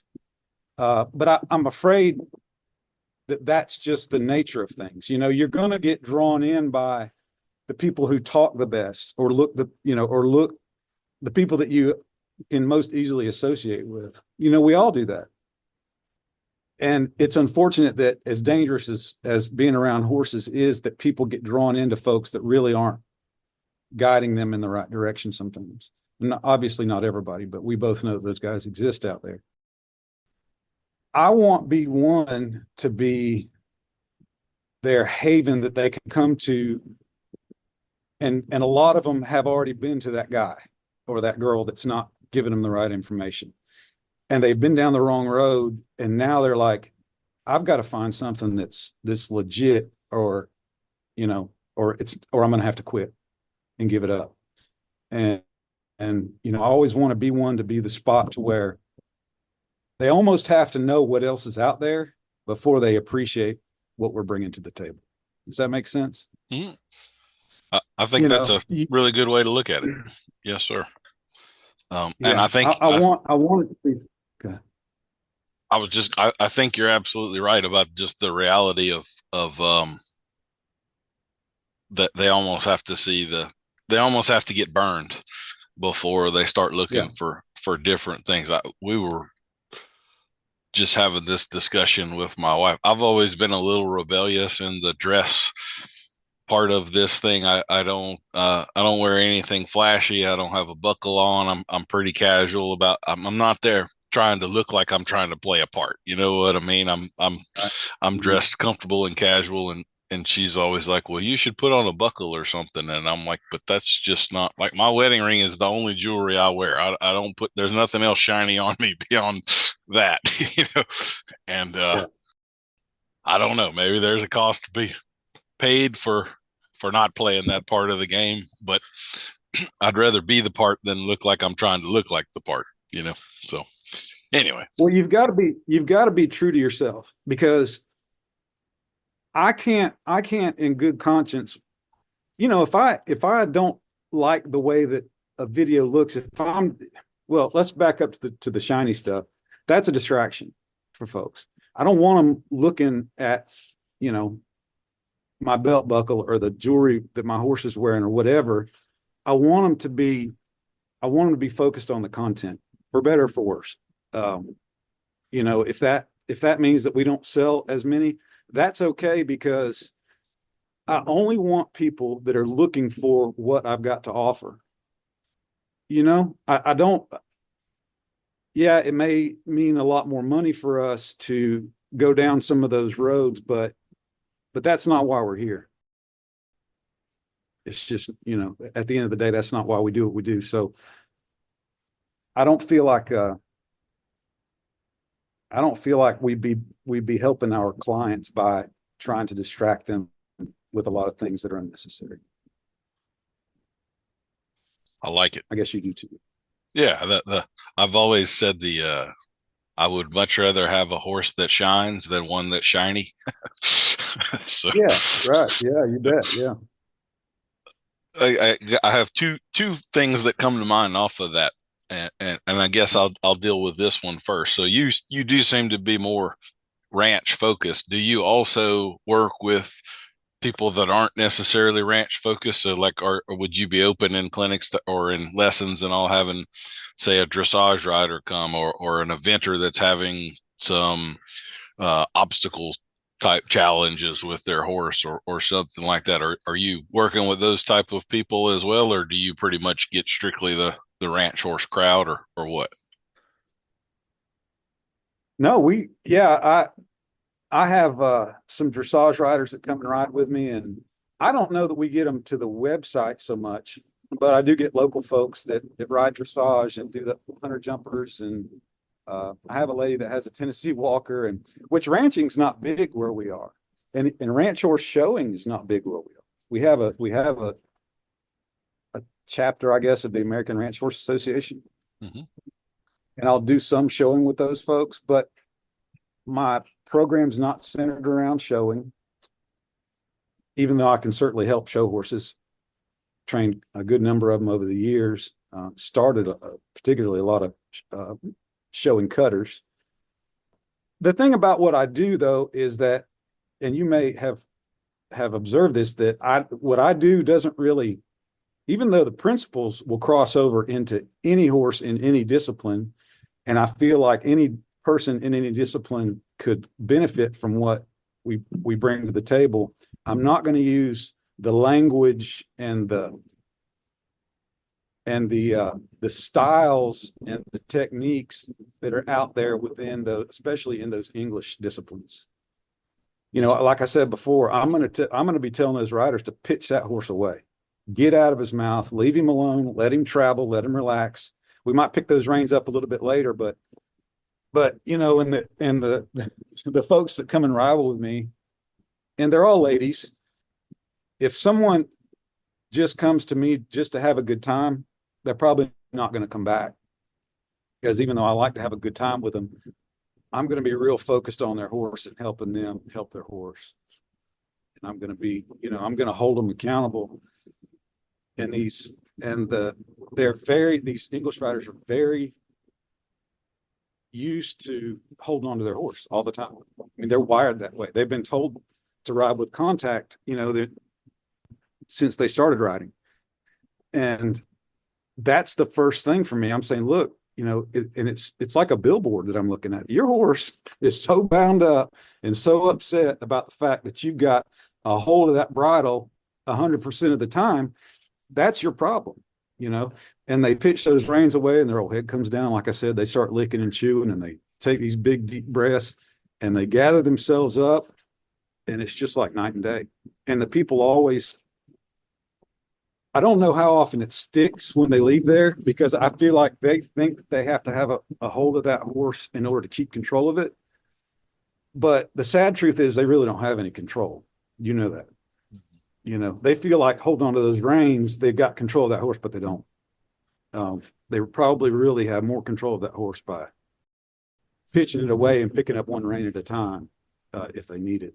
I always tell them, you don't use those reins.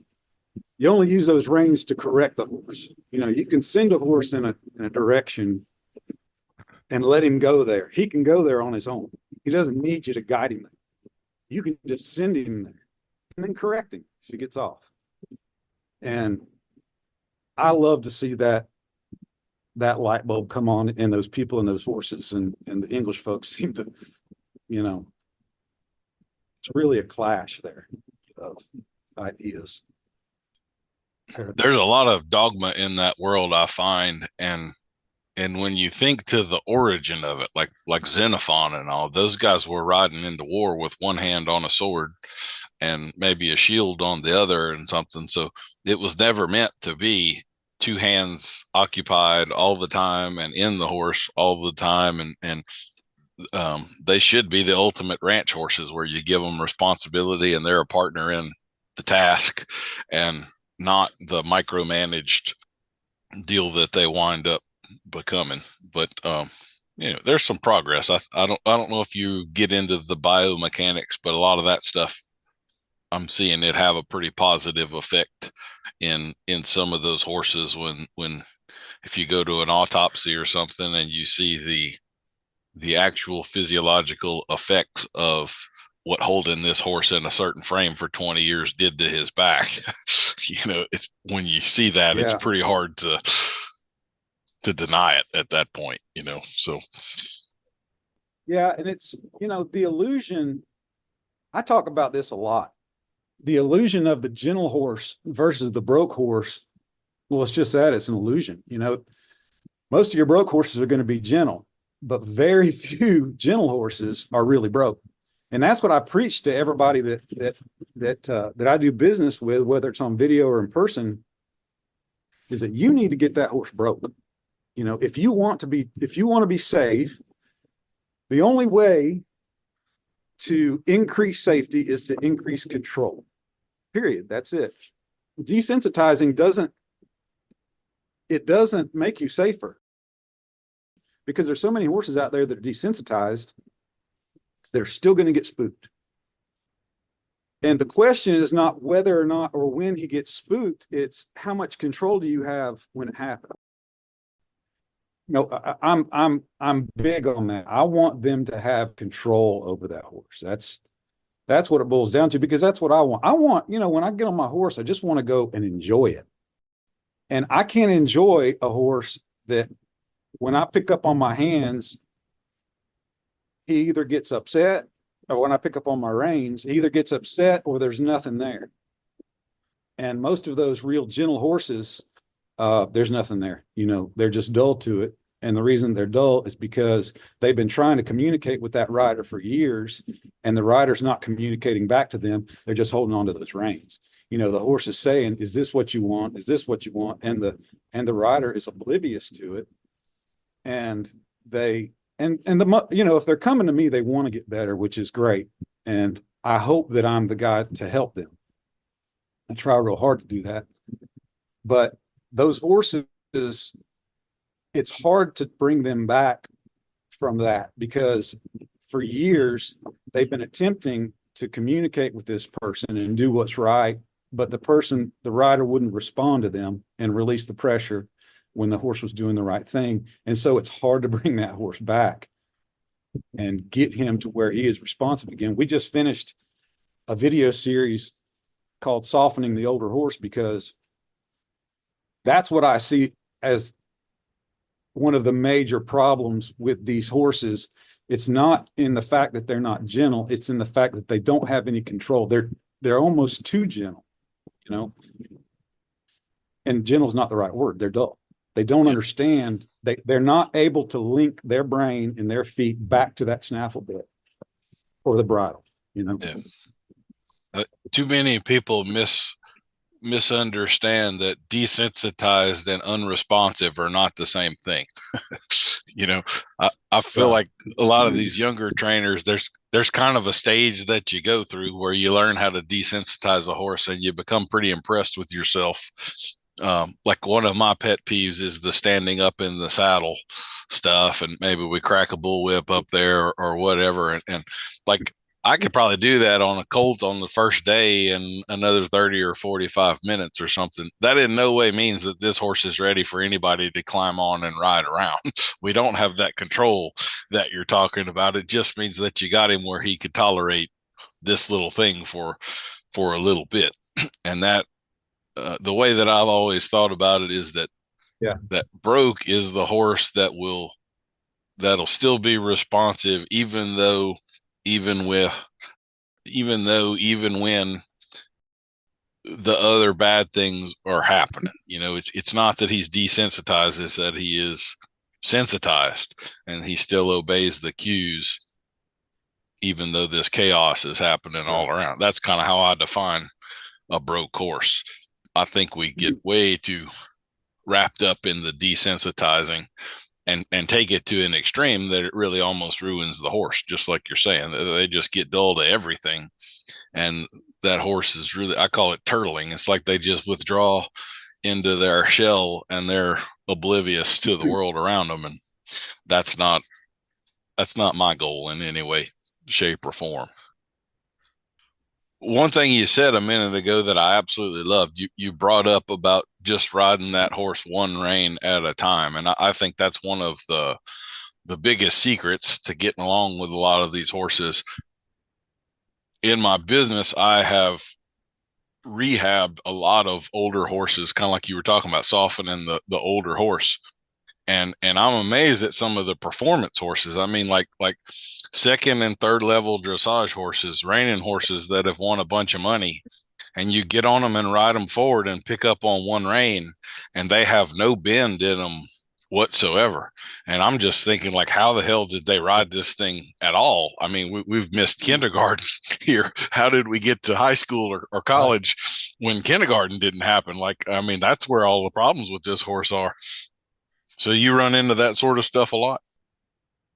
Yeah, constantly. I mean, it doesn't stop. In fact, and maybe I'm just a snob about it, but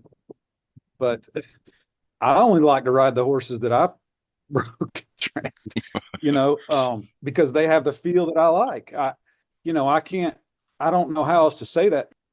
And getting those, you really almost have to, well, just put yourself in the horse's shoes. Say you're a horse that's 12, 13 years old, and you've been ridden all of your life by a person that's not empathetic towards your needs, what you're feeling. And so, man, I'm going to struggle to get this out, but, and so you've sort of gotten along in life by being dull and more or less ignoring that person and letting them sort of drag, that's what folks do, is they just sort of drag their horses around, because the horse isn't responding to their cues.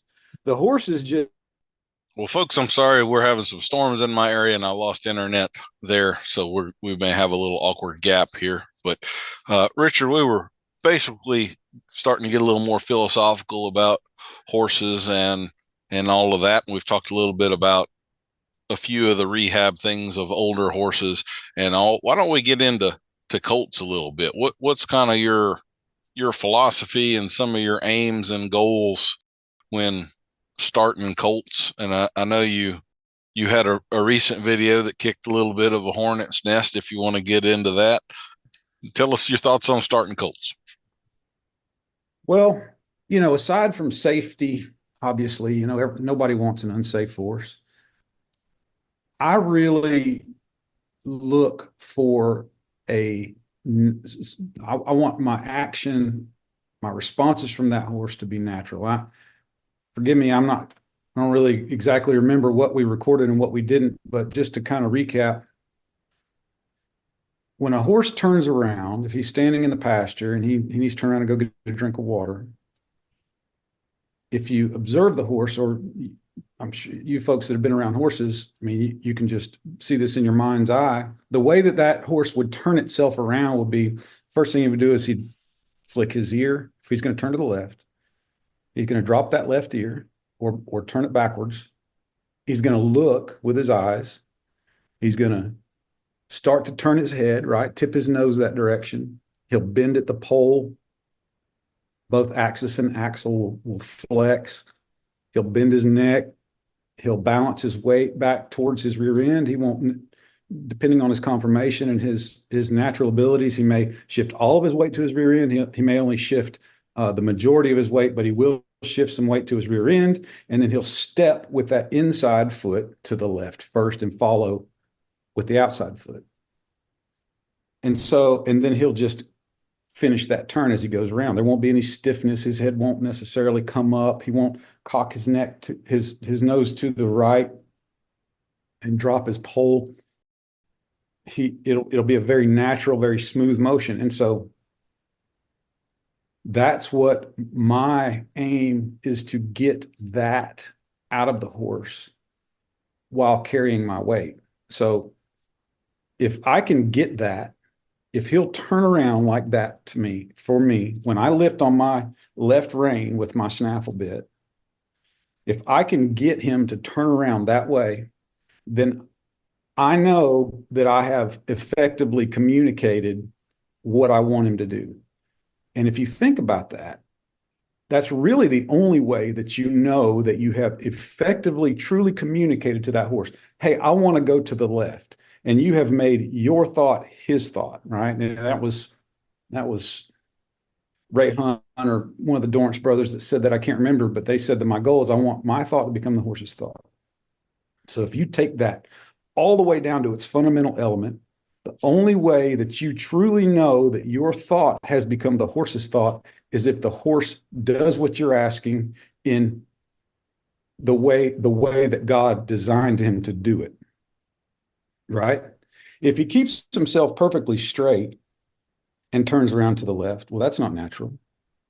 If he cocks his head to the right or throws his head up in the air and twists his pole and swings his rear end around his front end to change directions, well, that's not natural. But those are typically the two ways that we see horses turning around. And yes, it's functional. We can get a job done turning a horse like that. And it could even be that the show industry that horse has to perform in needs to look that way. But for me personally, I want to get so deep into that horse's psyche that he understands what I'm asking him to do at a level that's so fundamental, he just does it, and it's just his natural thing. Now, that's a lofty goal. It takes a lot of field timing and balance, and it takes a lot of muscle development to get a horse to do that, because a horse doing that on his own with no saddle is one thing, but getting a horse to do that while he's packing my fat butt along with my saddle and also having the distraction of the snaffle bit in his mouth, that's something entirely different. And so it takes a lot of, like I said, field timing and balance. It takes a lot of repetition, and it takes a lot of muscle and some skeletal development, I'm sure, in order to carry my weight and still do that naturally. I can get it done with most young horses in a year, give or take, and get that horse to where I am confident that when I slide my hand down that rein and he feels that snaffle bit contact the opposite side of his mouth, and he feels my weight, my posture shifts to turn, and he's got all these pre-cues or pre-signals. When I get all of that, then he understands exactly what I'm asking, and I'm not manufacturing anything in him. And he does it at the best of his ability in a natural fashion. Now, that may be getting way too philosophical, man. That may be going down a hole that's too deep. It's not really necessary to get that. But I feel like I need to set my goals to be that high, even if I never actually reach that, that level of communication. Because like I said, that's the way that that you're truly communicating with that horse, is if he just does it naturally. If it were his thought, how would he do it, right? If he wanted to turn around, how would that look? And that's what I shoot for. So my whole program is based around getting that. And it's not just the turn, but the turn is the hardest thing to get, in my opinion. The stop, if you watch a horse stop, unless they're just like, I've only had a few horses that are like born dyed-in-the-wool cutters. I had a horse a few years ago named Creek's Ray. He was a dual ray out of a cat mare named Kittens.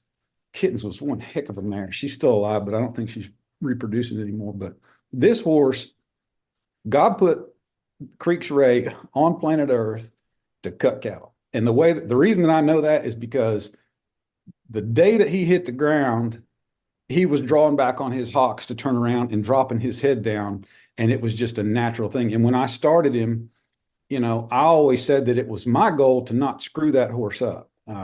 And I hope that he didn't. He did end up making it to the cutting horse futurity. He drew a really bad cow in the first round and ended up marking like a 206 or something. And it wasn't enough to get him to the second round, but unbelievable horse, But aside from him, I feel like I've had to train that. And when I say train, I don't mean teach necessarily, but it's almost like a sculptor. I can't remember which sculptor it was that said that, well, when I'm creating a sculpture, all I do is I chip away all of the material that doesn't look like what I'm after, right? It's not like you're creating something. It's like you're removing all the material in order to expose something that's already in there. Does that make sense? Mm-hmm. Absolutely. So that's, dude, and maybe that's just way too, maybe that's just too crunchy or too, granola for folks. I don't know, because I'm not that kind of a person. I'm not a real, I'm not the kind of person that considers horses to be deeply spiritual and that sort of thing. But I feel like you got to have lofty goals in order to bring that horse to what's going to be the most enjoyable ride. And if you've never ridden a horse that's 100% natural, I challenge you. I would challenge folks to seek that, because that's a feeling like no other. When that horse is reading your mind, and which is what we want, right? At the end of the day, we want those horses to read our minds, because that's the ultimate, right? Then you are one with your horse. When you get that, that's the pinnacle. That's what I'm looking for. I want that horse to read my mind. So that does bring up a lot of thoughts. One I was going to ask you, like you kind of got into, and I'm going to use a little different word here, but the horse world, or at least large chunks of it, have gotten very woo-woo lately. And I'm not down with the woo-woo, and it doesn't sound like you're down with the woo-woo either. How do you handle that, I guess? Do you have many people that come to you and they are looking for this soul connection with an animal that has a brain the size of a fist? Or I've come across people that almost seem to think that horses are omnipotent and they're here to teach us, and we need to, sort of need to learn from them as though they are some sort of higher being or something. I kind of tend to lump all of that into what I call the unicorn syndrome of people they're dealing with a mythical romantic version of what a horse is in their mind, but they are not at all in awareness or reality with the actual animal standing before them. Do you have a lot of that in your world, or do you know what I'm talking about? I don't think so much. I think that except for trolls on social media, I tend to deflect a lot of those people. Now, a lot of people would think that what I just told you would be woo-woo. In fact, I kind of think that way sometimes about myself. Sometimes I think, God, Boatwright, what are you thinking, man? Just get on that son of a gun and go pin those cattle and forget about all that mess. But I don't know. I can't help it. I guess I'm a philosopher at heart, and so I want to go down those rabbit holes. If only in my mind, I do that. But I have, I try not to judge folks for what they believe concerning that connection with the horse. But I will say that yes, a lot of folks are looking for that connection. All right. So let's start there, and we'll take the deeper part of what you were saying in a second. But I have found personally, since I was raised around horses, I never had the idea that I was going to touch this horse or be in this horse's presence, in his close approximation, and make a connection with him. I've never felt like that was a possibility for me because I was raised around horses, and my dad was a pretty pragmatic, pretty rough hewn type of fella. My dad was, if I ever said something like that, he'd have laughed at me first of all, and then made fun of me. From then on out, about he'd be asking me, "Are you connecting with him yet?" While the son gun's trying to buck me off. But I don't think that I know also that people are looking for that, and I would love for them to get that. But the reality is you only make a connection with a horse. You truly only make a connection with, regardless of what you feel inside. You only make that connection with that horse when that horse can count on you. If the horse can't count on you, if you're disingenuous and he can't rely on you to communicate with him the proper things at the proper time and take care of him, you're not making a connection with him. I don't care how you feel. That horse is not going to be connected with you. Now, he might be gentle. He might love for you to scratch on him. But when it comes down to that spiritual thing that folks are looking for, they want it immediately. They want to think, well, it's love at first sight, with this horse, but the horse isn't feeling it. The horse is, they're on, first of all, it's a horse, it's not a person.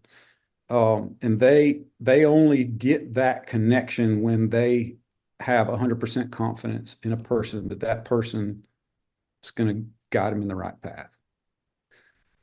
And then the other side of it, where folks, the extreme of that is like what you were saying, where people are, and man, I hate to be, like I said, I'm not trying to be judgmental or critical of people. I just want them to be realistic, to be safe.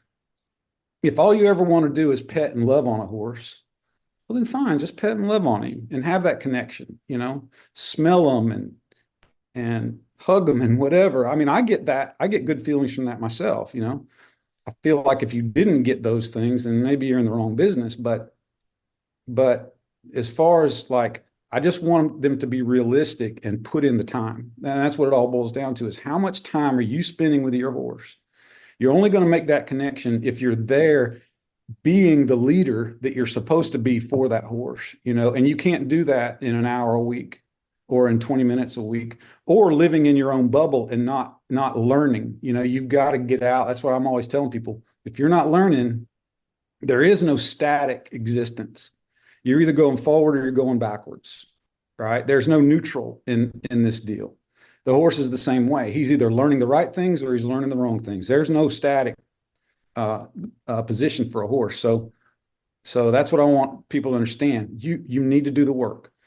And what it all boils down to, and this is probably why I am so enamored of the Stoics and the ancient Greeks, is that horsemanship is not horsemanship per se. Horsemanship is self-improvement.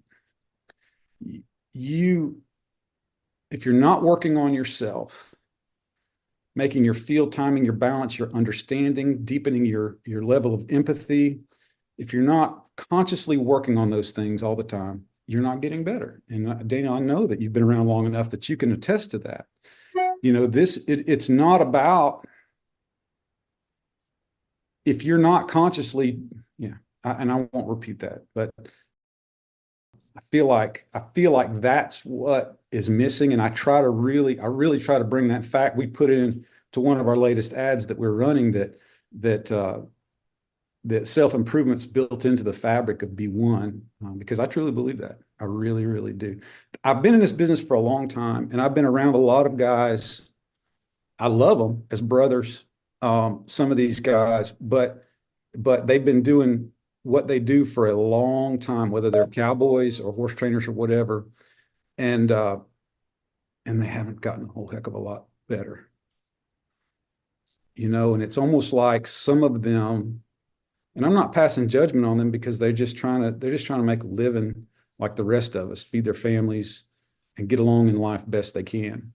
But it almost seems like some of them hate what they do. I've seen guys get around cows and they get that stick or that hot shot out, and man, next thing you know, their blood pressure's through the roof. The cattle are boiling in circles. They're not going anywhere. They're wringing their tails. This guy's pissed to high heaven. He's ready to, Yeah, Yep. He'd shoot cattle if he thought it would help. And it's obvious that he hates his job. He does not like that part of it. I mean, and so, God, I never wanted to be that guy. I love what I do and I want to get better and I want to help people get better.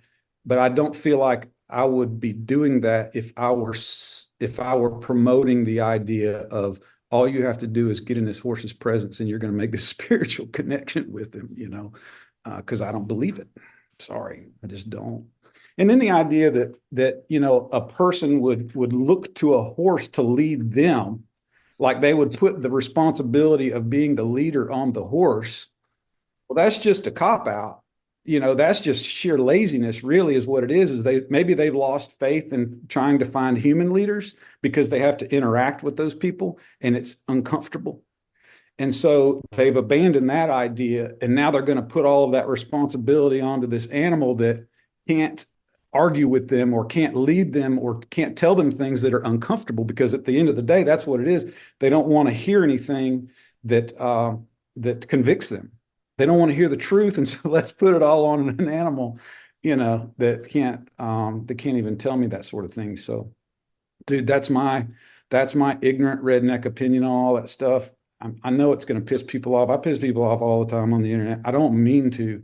I really don't, because I really do love people and I want things to be the best, but I don't feel like lying to folks is going to help them.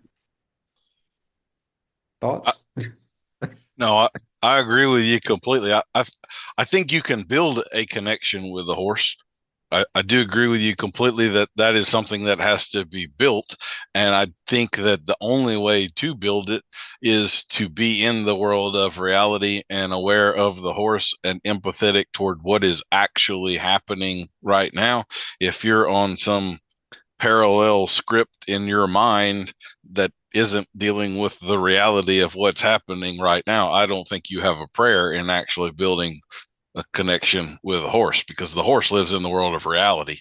And if you are not there with him, he's not going to trust you, because that's just how they're built. So I think we again, I don't want to be too judgmental, but I think we have a serious problem with avoiding reality in the horse world right now, and too much of this sort of parallel course toward good feelings and things, and we're just approaching it the wrong way. I guess sort of bringing all of this together, I mentioned the controversial video that you did not long ago. That was on you not really caring whether a horse followed you around the round pen or not. You want to talk about that a little bit right now? Yeah, I mean, since we're pissing people off, we might as well go, all the way. So, so just to give some reference,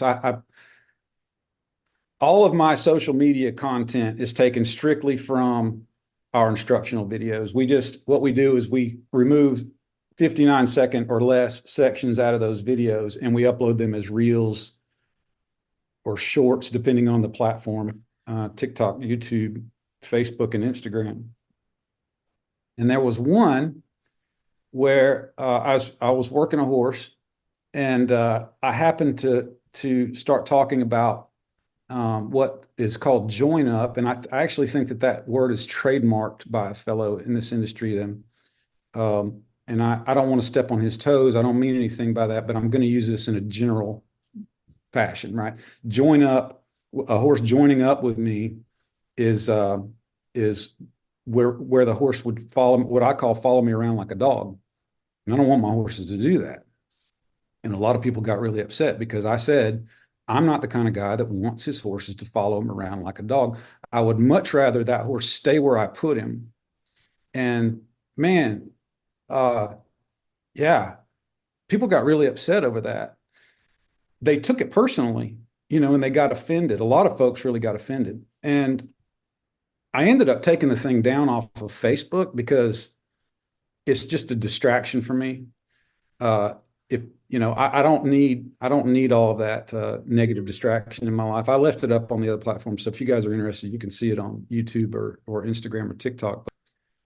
so, if we're talking about, I mean, we could go down the rabbit hole of people trolling on social media and strictly doing it in order to point out the flaws that they see that other people are doing. At the end of the day, not a single person that commented negatively on those posts have ever shown the world what they're doing, on there. They're just there to add a negative influence to the world, which is friggin' wrong. I mean, if your single goal in life is to make the world worse by spewing your opinions out there on social media just because it's easy, I don't have a whole lot of use for you. There are a lot of people, I obviously want to, I want to serve our community, the people that actually think that they could learn from what we have to offer. I definitely want to serve those folks. And I just want to leave those other folks on the periphery and not be influenced by them. But the idea that a horse would follow me around like a dog, I find to be unnecessary. And I actually find it to be an impediment to getting what I want out of the horses. I know where I'm going with all of my horses. Like, I know what that end goal is. And I think that that's a problem with most of the things that we encounter, especially when we're younger. We don't know where we're going. We don't know what it looks like. And so the path to get there is not straight. But I know exactly where I'm going with these horses. I know what I want them to look like, feel like. I know what I want them to feel like. In other words, I want to create a feeling inside that horse, and I know what that is. And I think I've got a pretty good idea of how to create that in that horse. It varies from horse to horse, but I have a pretty good idea of how to treat that horse in order to make him feel good inside. And sometimes I make mistakes. I mean, I definitely do. And we always include all of those mistakes in our videos. I want to make sure that people understand how they would get themselves out of a jam if they do something wrong. I do things wrong all the time. Mm-hmm. But the idea that a horse would follow me around, like I was saying, I know what I want that horse to look like in the end. And a crucial piece of that puzzle is a solid ground tie. I don't rely on horses ground tying when I'm out in the middle of a 2-section pasture. I'll hobble that horse, but I need that horse to ground tie for a lot of other different instances, and having the horse that, if he's questioning in his mind, should I follow or should I stay? 100% of the time, I'd rather him choose to stay. That's all I was trying to say. Stay where I put you, because I don't need you to follow me around and come into my space, because I can very easily, when I'm ready for you, I'll come into your space, I'll put the halter on you, and then I'll lead you, right? And it's not an issue of leading. All the horses are halter broke. That's what halter broke means. They lead off of that pressure and they stay right where I put them. But if that horse is not on a halter, I want him to stay put. And like I said, that's only born of, that's the straightest path to get to where I want to get to. And if I have that horse following me around like a dog, then that is a distraction for that horse, and it's not staying on that straight and narrow path. No judgment against people that want, I don't, why would I care if folks want their horse to follow them around? I think that's great if that's what you're looking for out of your horse, but it's not what I'm looking for. And I want to lead my clients in the straightest possible path to get to where they want to go. Does that make sense? Mm-hmm. I would say it's not unlike the standing up in the saddle as a party trick kind of a thing. In reality, that does not mean nearly as much as what people think it does. Kind of like do I need to? I look at it the same deal. If a colt wants to come to me, then I'll kind of play on that and get them to come to me, and then we'll work on ground tying separate. If they don't, maybe I'll spend a couple minutes on it. Is it worth me spending another 20 minutes over 3 days just to have that one thing in there? It's not, because I'm changing that next week anyway. So I'm very much on board with what you're saying. And we do have, yeah, that's the point, like having to come back and change that. Sorry. Yeah. No, and we do have, if you were going to say, are there more horses out there that are reluctant to come to you, or more horses that are pushy and in your bubble all the time? There's way more horses that are pushy and in your bubble. So if we had to adjust the whole industry one way or the other, it definitely needs to be to you stay over there where I put you, not feel free to just come right up in here and step on my toes, right? So, well, if you think about it from a safety perspective, 100% of horse related industry 100% of horse related injuries are caused by the horse being in the person's space. There's never been an injury caused by a horse that's not in a person's space, right? mm-hmm. Yep. 30 feet away, he can't hurt you. It's not possible. It's impossible. And so why? And I don't, man, again, I swear I don't mean to be offensive. It's just what I've learned over time, and especially with people that don't have a lot of experience with horses. They think that it's great to have that horse coming to them and putting the horse having his head on the person's shoulder or whatever, coming and rubbing on him or whatever. But man, there are more people hurt in that circumstance than God. The injuries are probably untold because most folks would never say it, or they don't make it to the hospital or whatever. But I personally, if you do the research, there's over 100,000 hospital-related injuries because of horses every year in the United States. 100% of those injuries are caused by the person being in close proximity with the horse. So why not just keep that horse away from you? He can stand right there, still give you 100% of his attention, and be there for you when you need him. And they all will, you know.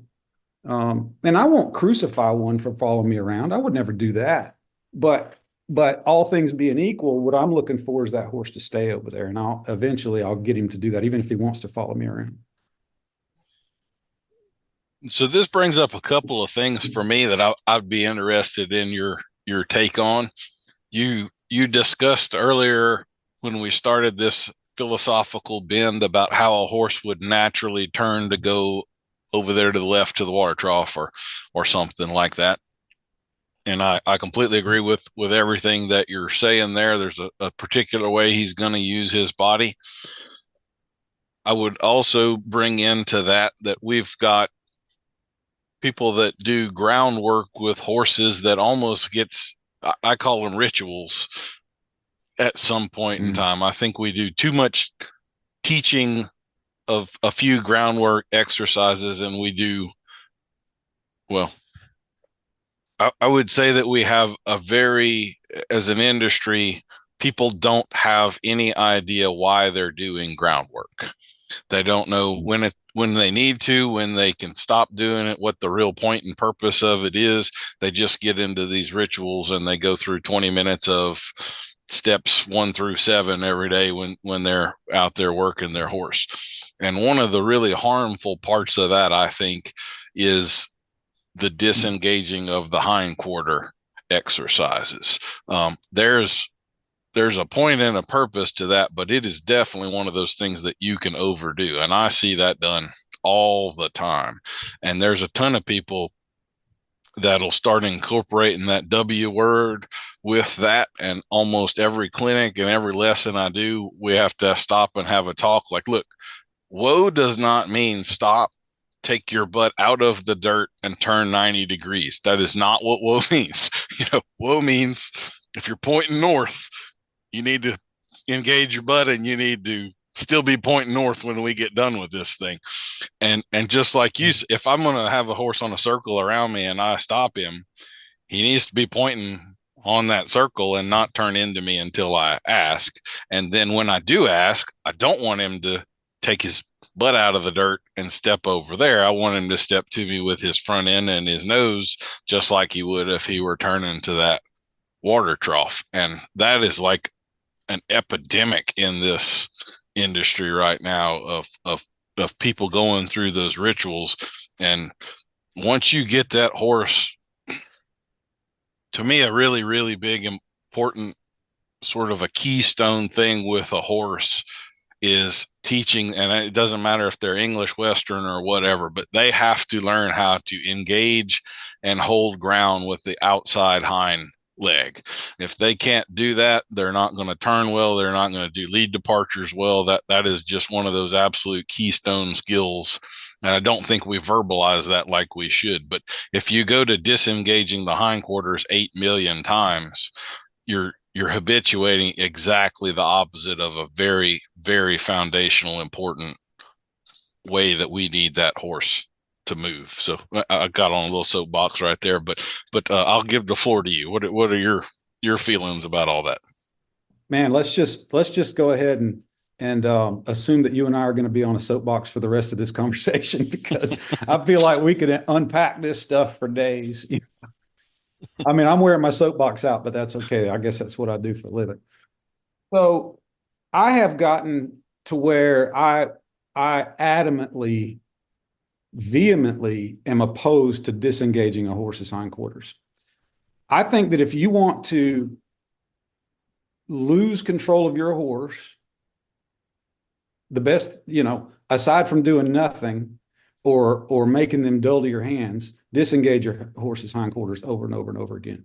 Because in order to have control over a horse, their hindquarters have to be engaged all the time. That's why every performance discipline that exists around getting the horse to engage his hindquarters, right? All of them. And I'm going to cover a couple different things here. But if you teach your horse, and you have to teach a horse to disengage their hindquarters because they don't do it naturally. A horse doesn't naturally lock his front end down and whip his rear end around it. The only circumstance that I can think of that a horse would do that is when they're setting up to kick another horse double barrel, right?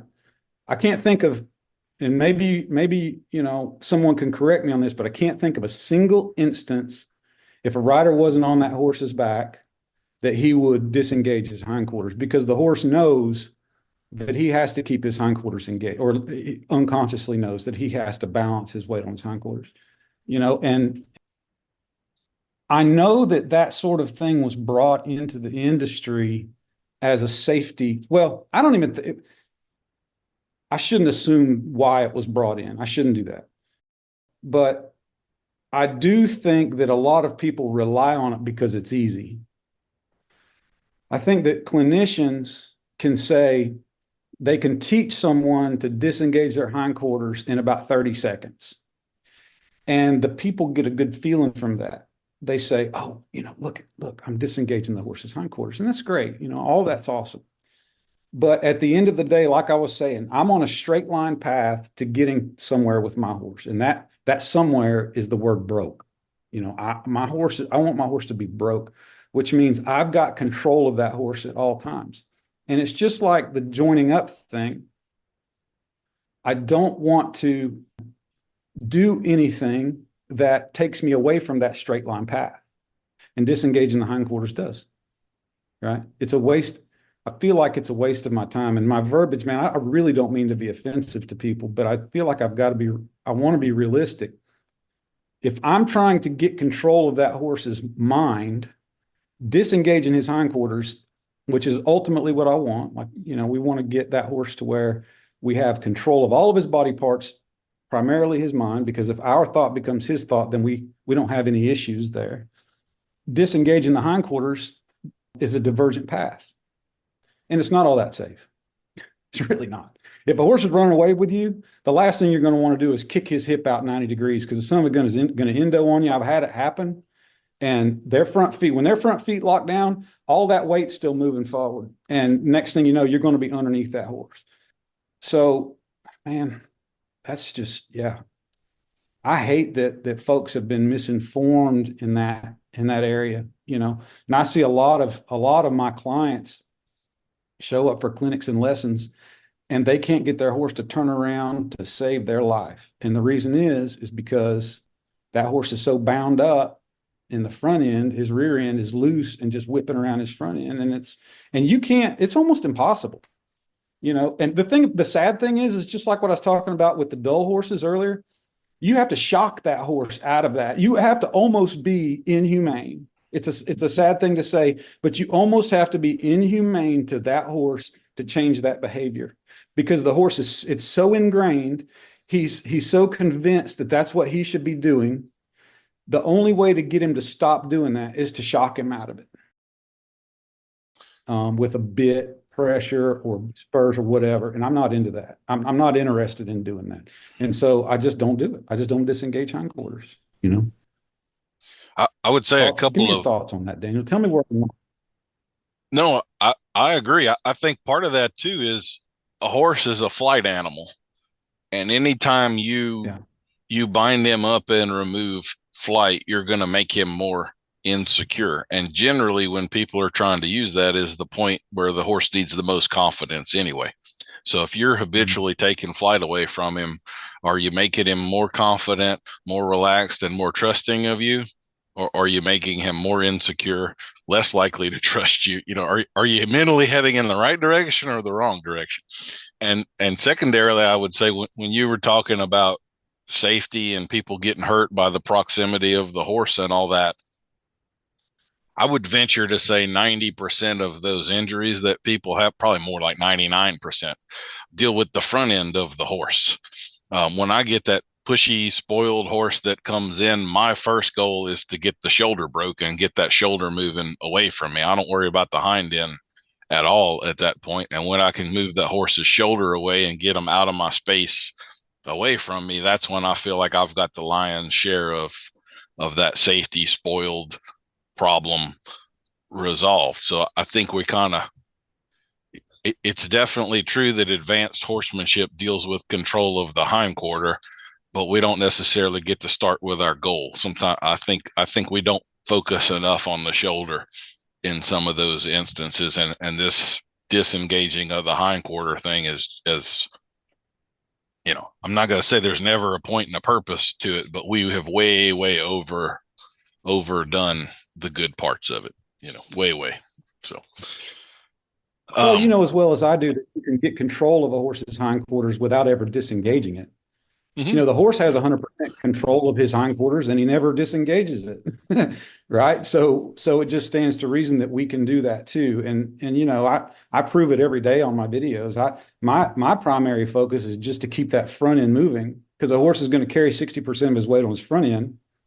And so he's going to carry 60% of our weight on his front end too, which is going to lead him naturally, you know, to want to stop moving his front end. So I spend a lot of my time just keeping those front feet moving. I always say that's my deal breaker.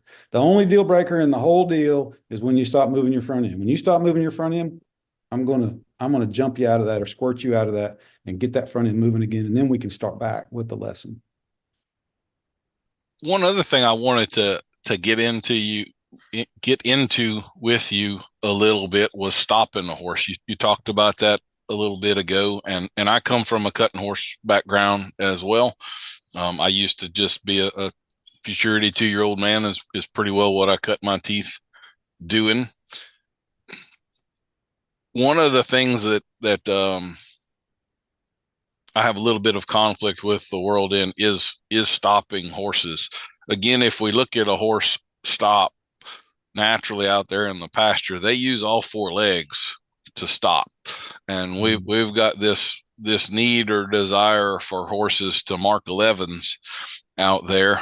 And like I learned pretty quick when I was working cattle that what I really want a horse to do is to stop forward motion in as few feet as possible. And if they lock up their hind feet, it's just like a car that doesn't have anti-lock brakes. They're going to slide right on past the cow over and over. And if you get to doing, like we both have a doctor in yearlings background, you get a little too much of that going on some green grass, and you're going to have some harrowing moments out there by yourself in a pasture at one point in time. So I've always been way more concerned with sort of the 4-wheel drive stop than the locking up the hocks and sliding right on past whatever I was trying to stop for. So do you have some thoughts on that? Are you with me on this? I mean, we kind of have the standards of what a horse needs to exhibit when they show, but I want both options. If I'm going to ask for a big old stick your butt in the dirt. I can get that. That's not what I'm going to ask for 95% of the time. Yeah, as I said, I'm not a showman. I'm not into showing horses. I have shown some, and I think that maybe after my kids are grown, I'd like to really, sure enough, show some cow horses. I would love to be able to show at a high level cow horses or cutting horses at a high level. And in that, when I get to that point, I'll probably want those cow horses to do those big sliding stops. But I call my business B1 Ranch Horsemanship for a reason, because I want all of the maneuvers to be done in the most efficient manner possible for the ranch horse.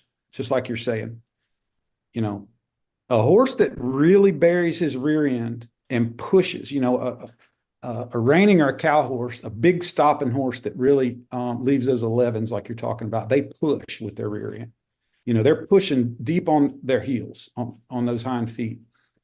And that's not conducive to a nice, safe using horse. Like you're saying, if you're trying to cut a yearling in grass, you're going to want your horse to crawl to a stop, right? All 4 feet are contacting the ground, and that horse is not locking his rear end down, because he's going to scare himself. He's going to slip, and he's going to either overreach with a hind foot, clip a front foot, or he's going to slide. I've had horses slide and land on their butts before. I took a horse out one time, and the guy that taught me was very old school, very handy horseman. Don't get me wrong. He was really old school, and he loved to cut cattle on the grass, but he always did it barefoot. We kept all those horses barefoot back in those days. And I had a horse one time. He was a decent cutting horse, he was developing into a horse that could cut cattle. Let me say that. I don't know if he would have ever been a show horse. I felt like he had a lot of talent, but I felt like he was getting sort of stale or tired of working cattle in an arena. So I was like, well, heck, I'll just go back to the old school days, and I'll work my cattle out of the corner of the pasture in the grass. And this son of a gun went over there and drove his rear end in the ground to come back with that calf, and he lost his footing. He slipped, and he didn't fall all the way down, but that horse never stopped good after that. Mm-hmm. And, because he was scared. It was because he was scared. And I am ashamed to say, but I'm not going to protect people from the fact that I've screwed horses up over the years. And that was one thing that I did to that horse. I expected that stop to be too big, too deep. I didn't teach him I wasn't developing that crawl to a stop that I'm talking about, which is really, I still want my horses to put 2 hocks in the ground and stop. When we're working a cow on good footing in the arena, I want to put their hind feet in the ground at the same time. But those big dragon stops don't have a lot of value to me in the real world. I know the show world really wants to see that, but I find it to be more of a hindrance than anything.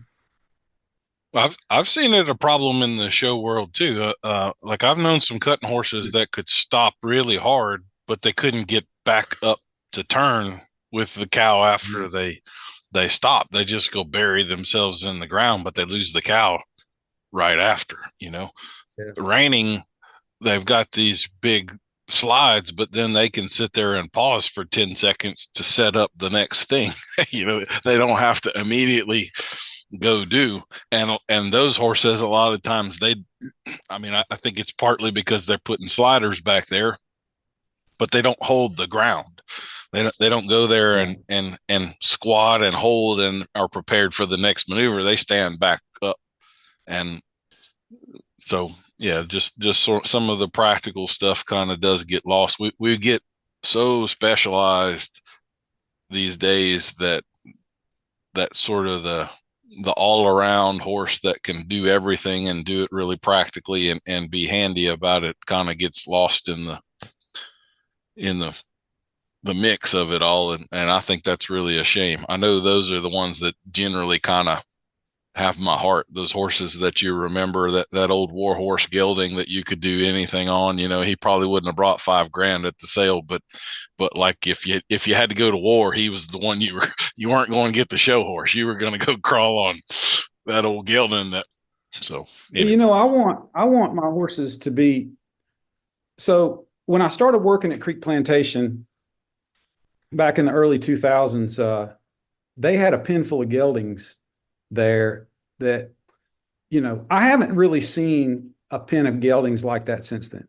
There will be a dozen geldings standing there at any time that you could go get on. You could cut a cow. You could back them in the box and rope cattle. You could rope cattle outside. The kids could come and trail ride them. They were just a pleasure to be around.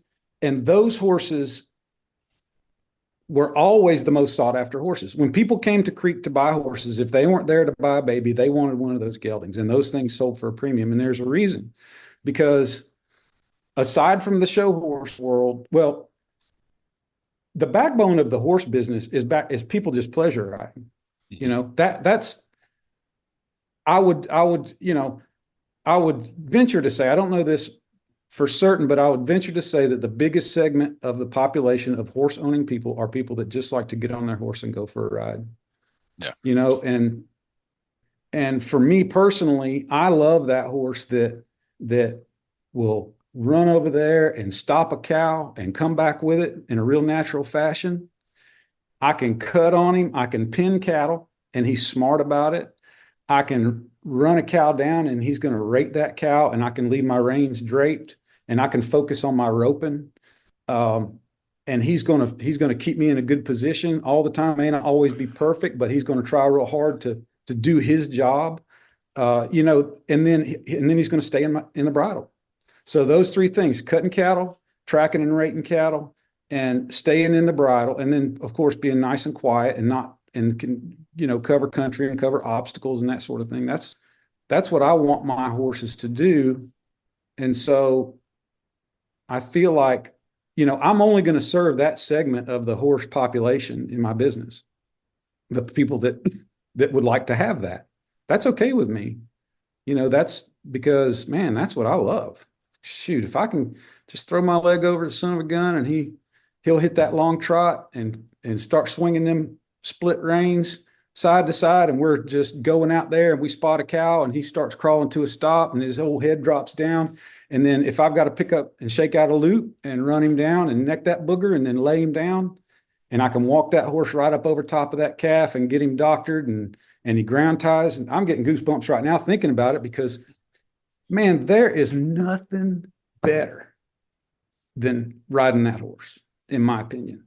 Better than showing, better than any. That's what it's all about to me. And so that's what I'm shooting for, man. That's my straight path that I'm headed towards. That's why I try to eliminate all those other distractions, like joining up and all that stuff. So I don't know. Maybe I won't be a good clinician. Maybe I won't, make millions in this business with that attitude, but I can't help it. That's just who I am. I think there's a definite need for that sort of horse, and that kind of horse is the sort that you can go just about any other direction with. There's nothing that says that horse that you doctor in the yearling with can't be a hunter or an eventer or an endurance horse or rodeo events, or certainly trail riding and all of that kind of stuff. I think that's the mark of being well-rounded and being able to handle all of that stuff. And I'm right there with you. Would you say there's any specific thing, skill, cue, something with starting colts that you just feel like you really have a knack for? Like you never have any trouble with this. You start it and 5 minutes later you got them doing it. Like, is there a Richard Boatwright special sort of a thing out there that you just have that knack for this particular thing, or your favorite thing maybe to teach one to do or something? That's a good question. Like I'll give you an example. I'm known for bits. That's this little niche that I've accidentally found. My actual knack, I can put more leg on a horse in a short period of time than just about anybody that I have ever seen. And I actually think my ability to control them with my legs is what opens the door for the stuff I do with the bridle, because I'm not overly dependent. Like you were talking about the English rider where they're hanging on them all the time. I don't have to be overly dependent on that bridle, so I can be way more subtle and easy with it because of what I can do with my legs and my seat. So that's sort of the direction I'm, or an example anyway. Well, you and I come from a background of cutting, and so I too am very strong with my legs, and I have strong legs. Probably the strongest part about my physiology is my legs, and so that coupled with the cutting background, I use my legs a lot too. I find that I can use my legs to transition a horse. It's kind of like people use, like the vaquero world uses the hackamore to transition from the snaffle bit to the bridle. I can use my legs to transition from the snaffle bit to a shank bridle to a hackamore, whatever. It doesn't matter because they're primarily listening to my legs anyway, right? And so my seat and my legs are my primary cues. My hands are secondary. Now, I know there's a lot of people in the industry that would say that that's backwards. I can't help that. It's just the way that I do it. And I try to get my horses, I can get my horses bridled up. I get them very, very soft in the face and all that stuff. But my legs are very important to that part. I've got a client, he's a great guy. He's not really a client, more of a friend, that he has very weak legs. He has an issue with his legs and they're real weak. And so he really can't rely on his legs at all, riding his horses, and his horses ride really good. They're really broken, really nice. And so I can't criticize anyone for not using their legs, but that's the way I ride. But the one thing that what you're saying is I'm going to break that, what you're asking, I'm going to break that all the way down to the fundamental thing that I'm looking for. And I always do that. I want to get down, okay, what's the most basic thing that I'm looking for that's going to give me the most control or take me to my goal the fastest? And then what's the easiest thing for the horse to understand? And I would say that getting the horse's attention is my number one thing that I focus on. I'm very good at getting a horse's attention on me, either from the ground or from the saddle. Okay. And man, I'm going to head down another rabbit hole on you here. What I consider to be a broke horse is a horse that gives me his attention 100% of the time.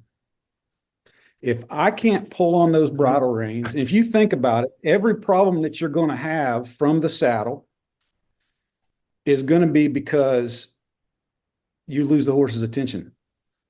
Almost always. The horse has got his ears up, his head up. He's focusing on something other than the rider, right? And so I feel like that's job number one. If I can't get that horse's attention, I can't teach him a damn thing. And so I call that the code. It sounds like a marketing scheme, but it's really not. I tell when I'm making videos, I'm talking to myself. I'm trying to remind myself what to do. Don't screw this up, Boatwright. Respect the code. That's what I say. Respect the code. When that horse looks at me with two eyes and he gives me 100% of his attention, I release that pressure, right? Because when I do that, then I know, okay, I've got his attention, whatever I'm trying to teach him, I can now allow him to soak on that, process it. And then when I see him start to lick and chew, I'm certain that lesson is processed, whatever that is, and then we can move on, right? And so I expect him to respect the code, and I hold myself to the same standard. When I say code, I mean, when I flex a horse laterally, I'm not so much looking for that horse to bend around. And I saw this in your bidding video, man, and I was so glad that you put that in there because I think this is really a misunderstood concept. Lateral flexion is not about that horse bending his neck around like a noodle and touching your boot, the tip of your boot with his nose. In my mind, it's about getting control of that horse's mind. When I flex my horse to the left, I want him to look to the left. And okay, we're going back to that natural turnaround, right? there's only 3 reasons that a horse won't do what you're asking him to do. 1, he doesn't understand, which is typically the case. 2, he's distracted, or 3, he's not physically capable, right? The physically capable thing is not an issue in quarter horses typically, unless you're just trying to push this horse way past his capabilities. If we're just talking about turning around, every horse can turn around. If he's got 4 legs, Booger can turn around, right?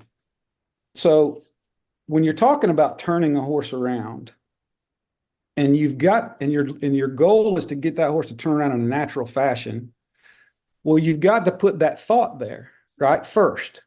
If you get the feet moving first, it's mechanical, because we've already established that that's not the way a horse turns around. The way a horse turns around is he cocks his ear, he looks that direction, he bends his nose, flexes his neck, steps with that inside foot. So if we're trying to get that, then let's scaffold it from the very most basic thing. Let's get his attention going to the left, right? And how do we know if his attention is going to the left? Well, we know that because he's looking that direction. You can always tell what a horse is thinking about by what he's looking at. If there's a coyote coming across the pasture and the mare's got a foal on her side, what's she going to do? She's going to stick her head up in the air. 2 ears are going to go forward. She's going to look at that coyote. She's going to blow snot at him, right? She's going to snort. Well, that's the same thing when you're turning that horse around. If you're turning your horse to the left and all you can see is a big white ring on the left side of his eye, it's because he's looking to the right. And the reason he's looking to the right is because he's thinking about going to the right. And if you've got your horse doing that and you squeeze him with 2 legs, what's he going to do, Daniel? Yeah, go forward and try to go to the right. Yep. That's right. And so that proves to you right there that you don't have control of the horse's mind. So that's the one thing that I feel like I'm good with that. But let me add this caveat. I'm not good enough. I want to get that to where I can get that horse, where I can get control of his mind the second I get on his back. I don't know if I'll ever get there. I don't know. But I hate to see people flexing their horse. Their nose comes to the toe of their boot, but they're pulling their ears are facing the other direction. You look at their eye, they're looking the other way. And most of the time, so that leads me into a horse's bad side. So, I hear that a lot. A horse has a bad side. Well, I'm not 100% convinced that that's the case, right? I feel like that a horse has a vulnerable side, right? So if you think about the feeling of your leg or a stirrup on a horse's side is so foreign to them, that's something that they have. It's not natural for a horse to experience that sensation, something bouncing against their side or touching them there. And the most vulnerable place on a horse is between their heart girth and their flank. They don't have any defense for that area right there, right? Unless they can spin and kick or spin the other way and bite or paw, they can't protect that area. And so when you're sitting up there, they're very vulnerable. They feel vulnerable, just like we are very vulnerable in our rib cage. That's why we're ticklish right there, because it's an unprotected area, And so think about this. So if his bad side is to the left and he doesn't want to bend or travel to the left, and you flex him to the left, he's looking to the right, and that right ear is cocked and he's moving his hip around, it's because he feels vulnerable on his right side because he can't see what's going on there. And that feeling, that touch over there has got him distracted, right? And so he doesn't want to bend to the left, because if he feels like if he bends to the left, he's leaving that right side exposed and he can't protect it. And that's just my woo-woo theories, man. But I find it to be very accurate. If you really watch their behavior, that the idea that he's just naturally stiff to one side or the other, that leaves there's too many holes in that idea for me. I want to get down to, why is this horse stiff this way? And the idea of being left-handed or right-handed is valid. I think that's valid. But I think more than that, it's because that horse feels vulnerable. He doesn't trust you touching him on that side. And so he wants to be able to see it. And that's why he'll move his hip. Those horses that are stiff to the left, they'll be moving that hip around because they're trying to see what your leg is doing, right? And if you ambush him with a spur, when you've got him bent to the left and you ambush him over here, you're going to wreck him forever. He'll probably never trust that leg again, So there you go. Shoot holes in that, please. No, it brings up a thought for me. Like you, I have pretty strong legs, so I've never needed sharp spurs or anything like that. If I need to kick one, I can do plenty with just my leg. So I always ride with like a 6 point blunt, a pretty darn blunt sort of a rowel. I use a lot of leg contact. I touch them with my spurs a lot, and I don't want anything pokey or, I want them to get real comfortable with being touched with that blunt spur. And I've actually had, like, I've got a pair of 10 points on a nice custom made set of spurs that was given to me, and it probably took me 3 years to get where I could ride a horse with those things, because I had to really be conscious about what I was doing with my legs, not to scrape them up with those sharp spurs, because I was so used to the dull ones. So I'm just curious, you and I seem to be pretty similar in that. Do you have that same situation or anything, or? Yeah, I've got a few sets of spurs. I've tried lots of stuff over the years, but my favorite go-to spurs, these little custom deals I had made 20 some odd years ago, and they're almost like a bronc riding spur. Almost. They don't turn down quite as much as a bronc spur, but they don't go up, they go down. Mm-hmm. And they have got a great big old like 1.5 inch rowel with little bitty, it doesn't have points on it at all. It doesn't have any edges. It's almost like a big coin, but it does have notches, right? I find that if I use a spur, and I have another set of Baldings that are sort of like a cutting spur, kind of. They've got a more gentle, they don't come way up. I've got shorter legs and I'm very strong with my legs. So I want to be able to eliminate the distraction of my spurs on that, even though I use them a lot. Like you said, I use my spurs more than anything else. Like if I have a piece of equipment that's like my go-to, it's my spurs, because that's where I get the most control, that I can give the clearest signal that way. But yeah, I want to be able to eliminate my spurs as being a distraction. So I start off with a very gentle one that's not going to hurt them. And then I habituate. I'm not going to use the word desensitize because I don't want them desensitized to it, but I want them habituated to my spurs and to understand that when that spur touches them, it means lift their rib cage, flex their abdominal muscles, and lift that rib cage, whether it's this side or both sides. That's what that means. And were you taught when you were starting cutting horses, were you taught to not use your leg in the turn, or were you taught to go ahead and use that leg, your outside leg, in the turn when you're bringing that horse back with a cow?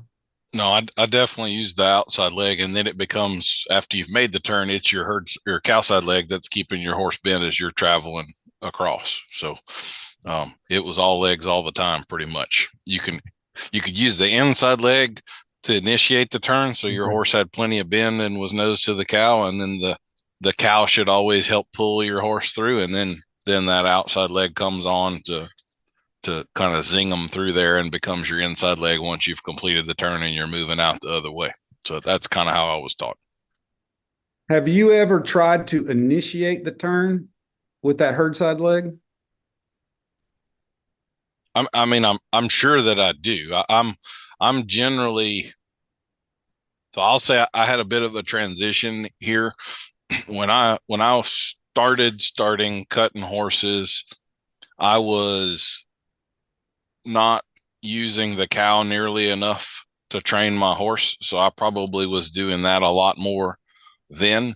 I definitely ran into some issues where, when the client goes to get on the horse, the horse needs to work without the help at that point, and so I was over helping, and I needed to start letting go a little bit and let the cow start working my horse for me a little bit. That was probably one of the biggest challenges that I had in the cutting world, was letting go a little bit and learning how to use the cow to my advantage rather than it just being a prop out there. And I actually so I spent about 6 years apprenticing. The last two guys that I worked for, neither one of them was as good a horseman as I was. And what I mean by that is like strictly a horse trainer. They couldn't put a handle on a horse like I could, or any of that stuff. They were both more from the cowboy side of things, but they were way better at using the cow to train their horse for them. And that was an incredibly frustrating part of life for me, was learning that transition. So I may have gone down a rabbit hole on you there, but I would say I'm more inside leg to initiate a turn, or at least have the bend there, and then the cow initiates the turn for me, and then I'm following up with the outside leg at this point. Yeah, I'm glad I asked that, because that definitely aligns with what I'm talking about. The reason I asked if you ever initiate that turn, because I found over the years that when I try to initiate, in other words, the horse goes over there on the right end and he stops true and straight, right? And then as soon as he stops, the cow comes back, and without me helping with my hand or with my inside leg, I just put that right leg on. I either get a horse that goes forward or tracks that cow around instead of drawing through that turn and coming back. Mm-hmm. And this is where I came up with this theory about them being distracted. I figured out, well, when he's initiating that turn and that shoulder's going to the outside, he's already starting the turn, and then you add that outside leg. Well, now what you're doing is you're pushing his rib cage and his shoulder in behind his nose, which hustles him through that turn, right? Which makes the turn more efficient. But I found that if I put that leg on too early, I distract them, and they can't turn as good, because again, they're lifting the rib cage here. If they're on the right end and I put that leg in, they're lifting their rib cage out towards the cow when it needs to be the opposite. Right. They have to lift that rib cage and create that pocket for the cow, and then come through the turn. And then I hustle them with that outside leg. Mm-hmm. I've actually backed it up, like on my 2-year-olds and stuff. I don't use that outside leg at all until it's completely exposed to the cow. Yeah. Until it truly becomes my cow leg. Then I hustle them, and I find that they turn that, and I've found, just for me, that turn becomes much more natural. Takes longer, but it becomes more natural if I leave my legs completely out of them till they're turned around and that cow's pulling them, and then I hustle them to the cow. What's your thoughts on that? No, I would agree completely. That stage would probably be something I would be doing end of the 2-year-old year, start of the 3-year-old year, where I'm actually starting to step the horse in front of the cow to stop it. We're starting to control the cow rather than just follow it around, and kind of learning the basics of rating and stopping with and all of that stuff. And I'm not saying I wouldn't, mid 2-year-old year, we're gonna do one of those once in a while, but it's not going to be every turn. You're gonna step them out there a little bit and then let them kind of get comfortable again. But that end of 2-year-old year, start of 3-year-old year, that would start to become more the protocol to let the cow, like that's. If any of y'all are listening to this and you're not familiar with cow work, it's a cardinal sin for your horse to turn before the cow turns. The cow always has to initiate the turn, and it's like a razor blade to watch those really fast horses, the finished ones, doing it, because they'll beat the cow through the turn, but the cow always starts the turn before the horse does. But you can really start zinging that horse through the second half of that turn, where he'll jump out there and to the head to head and get the cow shut down again, and hopefully get them trapped in that little pocket in the center. I will, since we got into talking cutting horses here, I actually have never been a fan of the horses that stop straight and square. I always like them to be a little bit bent, and to always stop with that off hind leg more underneath them, where they're and that's where I want them to hold that ground, so they're in the position to either go forward or to turn. But if they wind up both hind legs parallel, in the same spot, they mark the levens for us or whatever, they're going to have to take a step back with one of those legs or something in order to initiate a turn. So you actually have an extra step and thus extra time in that turn. So I've never liked for them to get too straight. I like horses that are a little bit more bent. I realize I'm not with the majority there. People definitely tend to like them straighter than I do, and that's fine. We all have our different preferences and our different styles, but but I don't like them too straight. I rather them a little bit bendier myself. So. Well, I'm there with you on that. It's funny because I contradict myself all the time. I'd rather watch a horse that stops straight and puts both hocks in the ground at the same time, stay straight as an arrow. And, that's kind of an old school thing. I don't know if you've ever watched Boyd Rice's video. I think it's called Comes a Horseman. He talks. Mm-hmm. Yeah. He wants that horse to be arrow straight. And I love to watch those horses, but to ride them, I'd rather have my horse bent. I'll even hold their hip to the cow so that they're really exaggerating that pocket way later on, obviously. But I'll want them to bend in that stop and in the turn, for better or for worse. And again, I'm not a cutting horse trainer at all. I just want my ranch horses to work cattle efficiently. And since I came up in the cutting program, that's what I use all of that as a basis to start all my horses. What I would say about that is that Boyd's riding the best horses, the most athletic, well-bred horses in the world. It takes a much more athletic horse to be able to go straight and still keep up with the cow and make the turn and all. So it's a pretty small percentage of them that can do that and pull it off. If you ride the majority of your horses straight and you're not riding top 1% of 1% kind of horses, you're putting them at an athletic disadvantage, I think. Straight that's a good point. It's cool, but there's just not many of them that can actually pull it off and are athletic enough to still make it work. That would be you're helping the horse if you bend them a little bit, keep them in a more advantageous position to do the next thing. We are getting off in the weeds there. So anyway, I'm enjoying it, but we probably just lost half of the audience. Let's get back to B1 a little bit. What are kind of y'all's plans for the future? You've got the website with the videos on there. You had mentioned to me you're still heading to Colorado this summer, and I guess background in yearlings. Is this the last time you're going to be doing that? Is it kind of more focusing on clinics in the future, or what does the next 5 years look like for you? Let me just say that I hope this isn't the last year. I hope that I get to do that for the rest of my life. That's all I want to do is cowboy.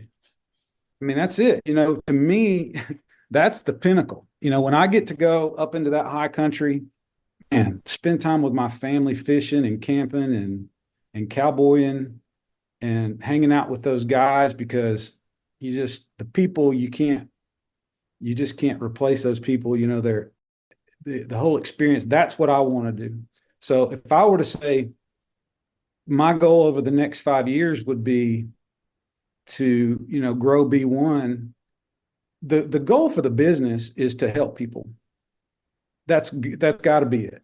If that's not the goal, if that's not the mission statement to help people as much as we can make their horses better, then I might as well not be in business. The goal is not to make money per se. I'm tired of, I've lived in abject poverty most of my life because I wanted to be a cowboy. I knew that going into it, and that's just the way that a cowboy is. But that's the beauty of the internet, is that it gives guys like me and you the opportunity to pull our families out of poverty and still do what we were put on this earth to do, which is sit on the back of a horse and tend to cattle,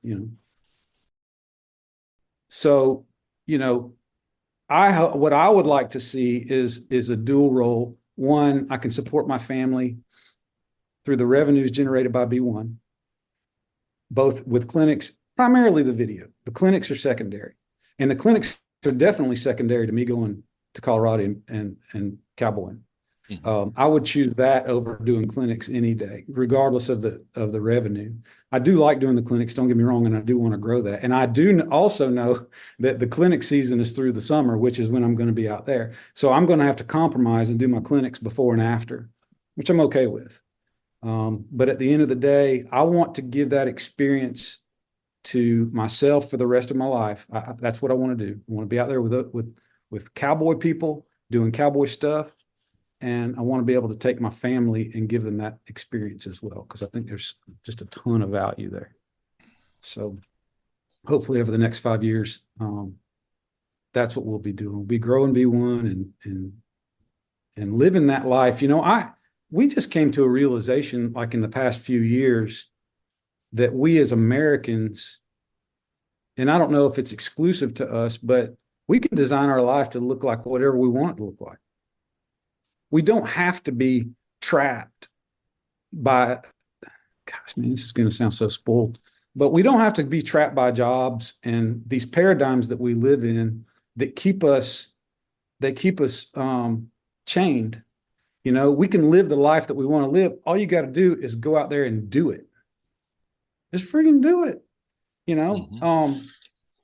That's what my wife and we're very hard workers, very hard. And it's very hard. It's hard for us to change that paradigm of I've got to get up every day and I've got to bust my ass for somebody else in order to make $50 to put food on the table. Even though, yeah, that may be the case. I may have to make that $50, but I can make it however I want to make it. And so I choose to do it cowboying and teaching folks on the internet. And I hope that people, if anybody ever gets anything from me, and I know I spew a lot of stuff, a lot of babble and all, but I hope that people realize that and understand that you don't have to live your life as a slave to somebody else. You just don't have to. There are too many opportunities in this country. Now, I'm not going to say it's going to be easy. You're going to have to work your ass off. I mean, because nothing comes easy, nothing worthwhile, especially. And that's the crazy thing about nature in itself, is that anything that's worthwhile or good for us is hard ass labor. There's no escaping it. Ryan Holiday's book, The Obstacle is the Way, is a great look into that concept. Like all of the good things that you want in life. I don't know who said this. I'm quoting someone, paraphrasing, but all the good things that you want in life are hiding behind the shit you don't want to do. Yep. So go there. All that stuff you're afraid of doing, all that stuff that you don't want to do because you're going to sit on your ass or whatever, get up and go out there and do it, and you'll get the things that you want. But if you don't have if you don't have what it takes to do that, then you're going to stay where you are. But I can tell you that I'm not a smart guy. I don't have a whole heck of a lot going for me. I've got a strong back. My dad used to say he's got a strong back and a weak mind. That's me. So if I can do it, I guarantee you anybody can do it. You just got to make up your mind and go take the bull by the horns, and do it. So. Well, I think for a guy who self-describes himself as not being real smart, you seem to have figured a whole lot of important stuff out. So here's to doing the best with what you got there. That's it. Yeah. Making the most of what you got. Or listening to your smart wife. One of the two. That's it. Yeah. When I say you don't have to live as a slave to, I don't include wives there. You do have to, A good partner in life is an invaluable resource, but no resource comes without a little pain, right? You gotta keep doing the work and embracing the hard parts, no question. Yeah. Well, Richard, we've been chatting for quite a while here. I think we had probably better wrap things up. We will have links to all of Richard's social media and his website and all of that stuff in the show notes. Is there anything you would like to leave the listeners with before we sign off? Well, I don't know. I guess I probably covered all of my bases, but we're easy enough to find out there. I don't think people have too much of an effort, a problem finding B1. It's just the letter and the number one, B1. If you Google search it, it's going to bring up vitamin B1 primarily. And then eventually, especially if you just start typing H, eventually our stuff will come up. It's hard to put into words what you really want out of life and what you're trying to do for people. I hope that folks have got an idea of what we're here for. But I do want to end, Daniel, by complimenting you again, man, and thanking you for what you're doing. I've done a few podcasts, but we've never really gotten down deep into what you and I are talking about. And I think what you're doing, especially with your bidding video too, and I haven't watched the one that came out recently, but I will, and I'm going to buy that one. I want to support you. I want you to continue doing what you do, and know that, man, I got a lot of respect for you. Thanks for that bidding video, especially. If you guys haven't seen it, you better get it and pay full retail. Do whatever you got to do. Support Daniel and what he's doing, because I'm telling you, I'm pretty proactive about catching all the content, whether it's books, videos, whatever. I want to learn as much as I possibly can. And I can't say, there's a couple of exceptions out there, but that video is very thorough. Maybe it's definitely the most thorough video on bidding that exists, period. And I should say piece of content, because books don't even go as deep as you do there and give as much valuable information as you do. By far, it's going to be the landmark. If it's not already, it's the landmark in teaching folks about bits and bidding when it comes to horses. But man, thank you. Can't say enough good things about what you're doing. Just truck on, brother.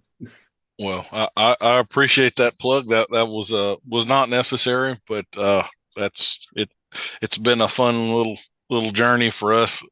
I'm not sure what you meant by the new video. We've got a course that we've been working on, which, yeah. So the videos that you got, that's about 5.5 hours of content, and it's that length specifically because that was what I could fit on 4 DVD discs. That came out a few years ago.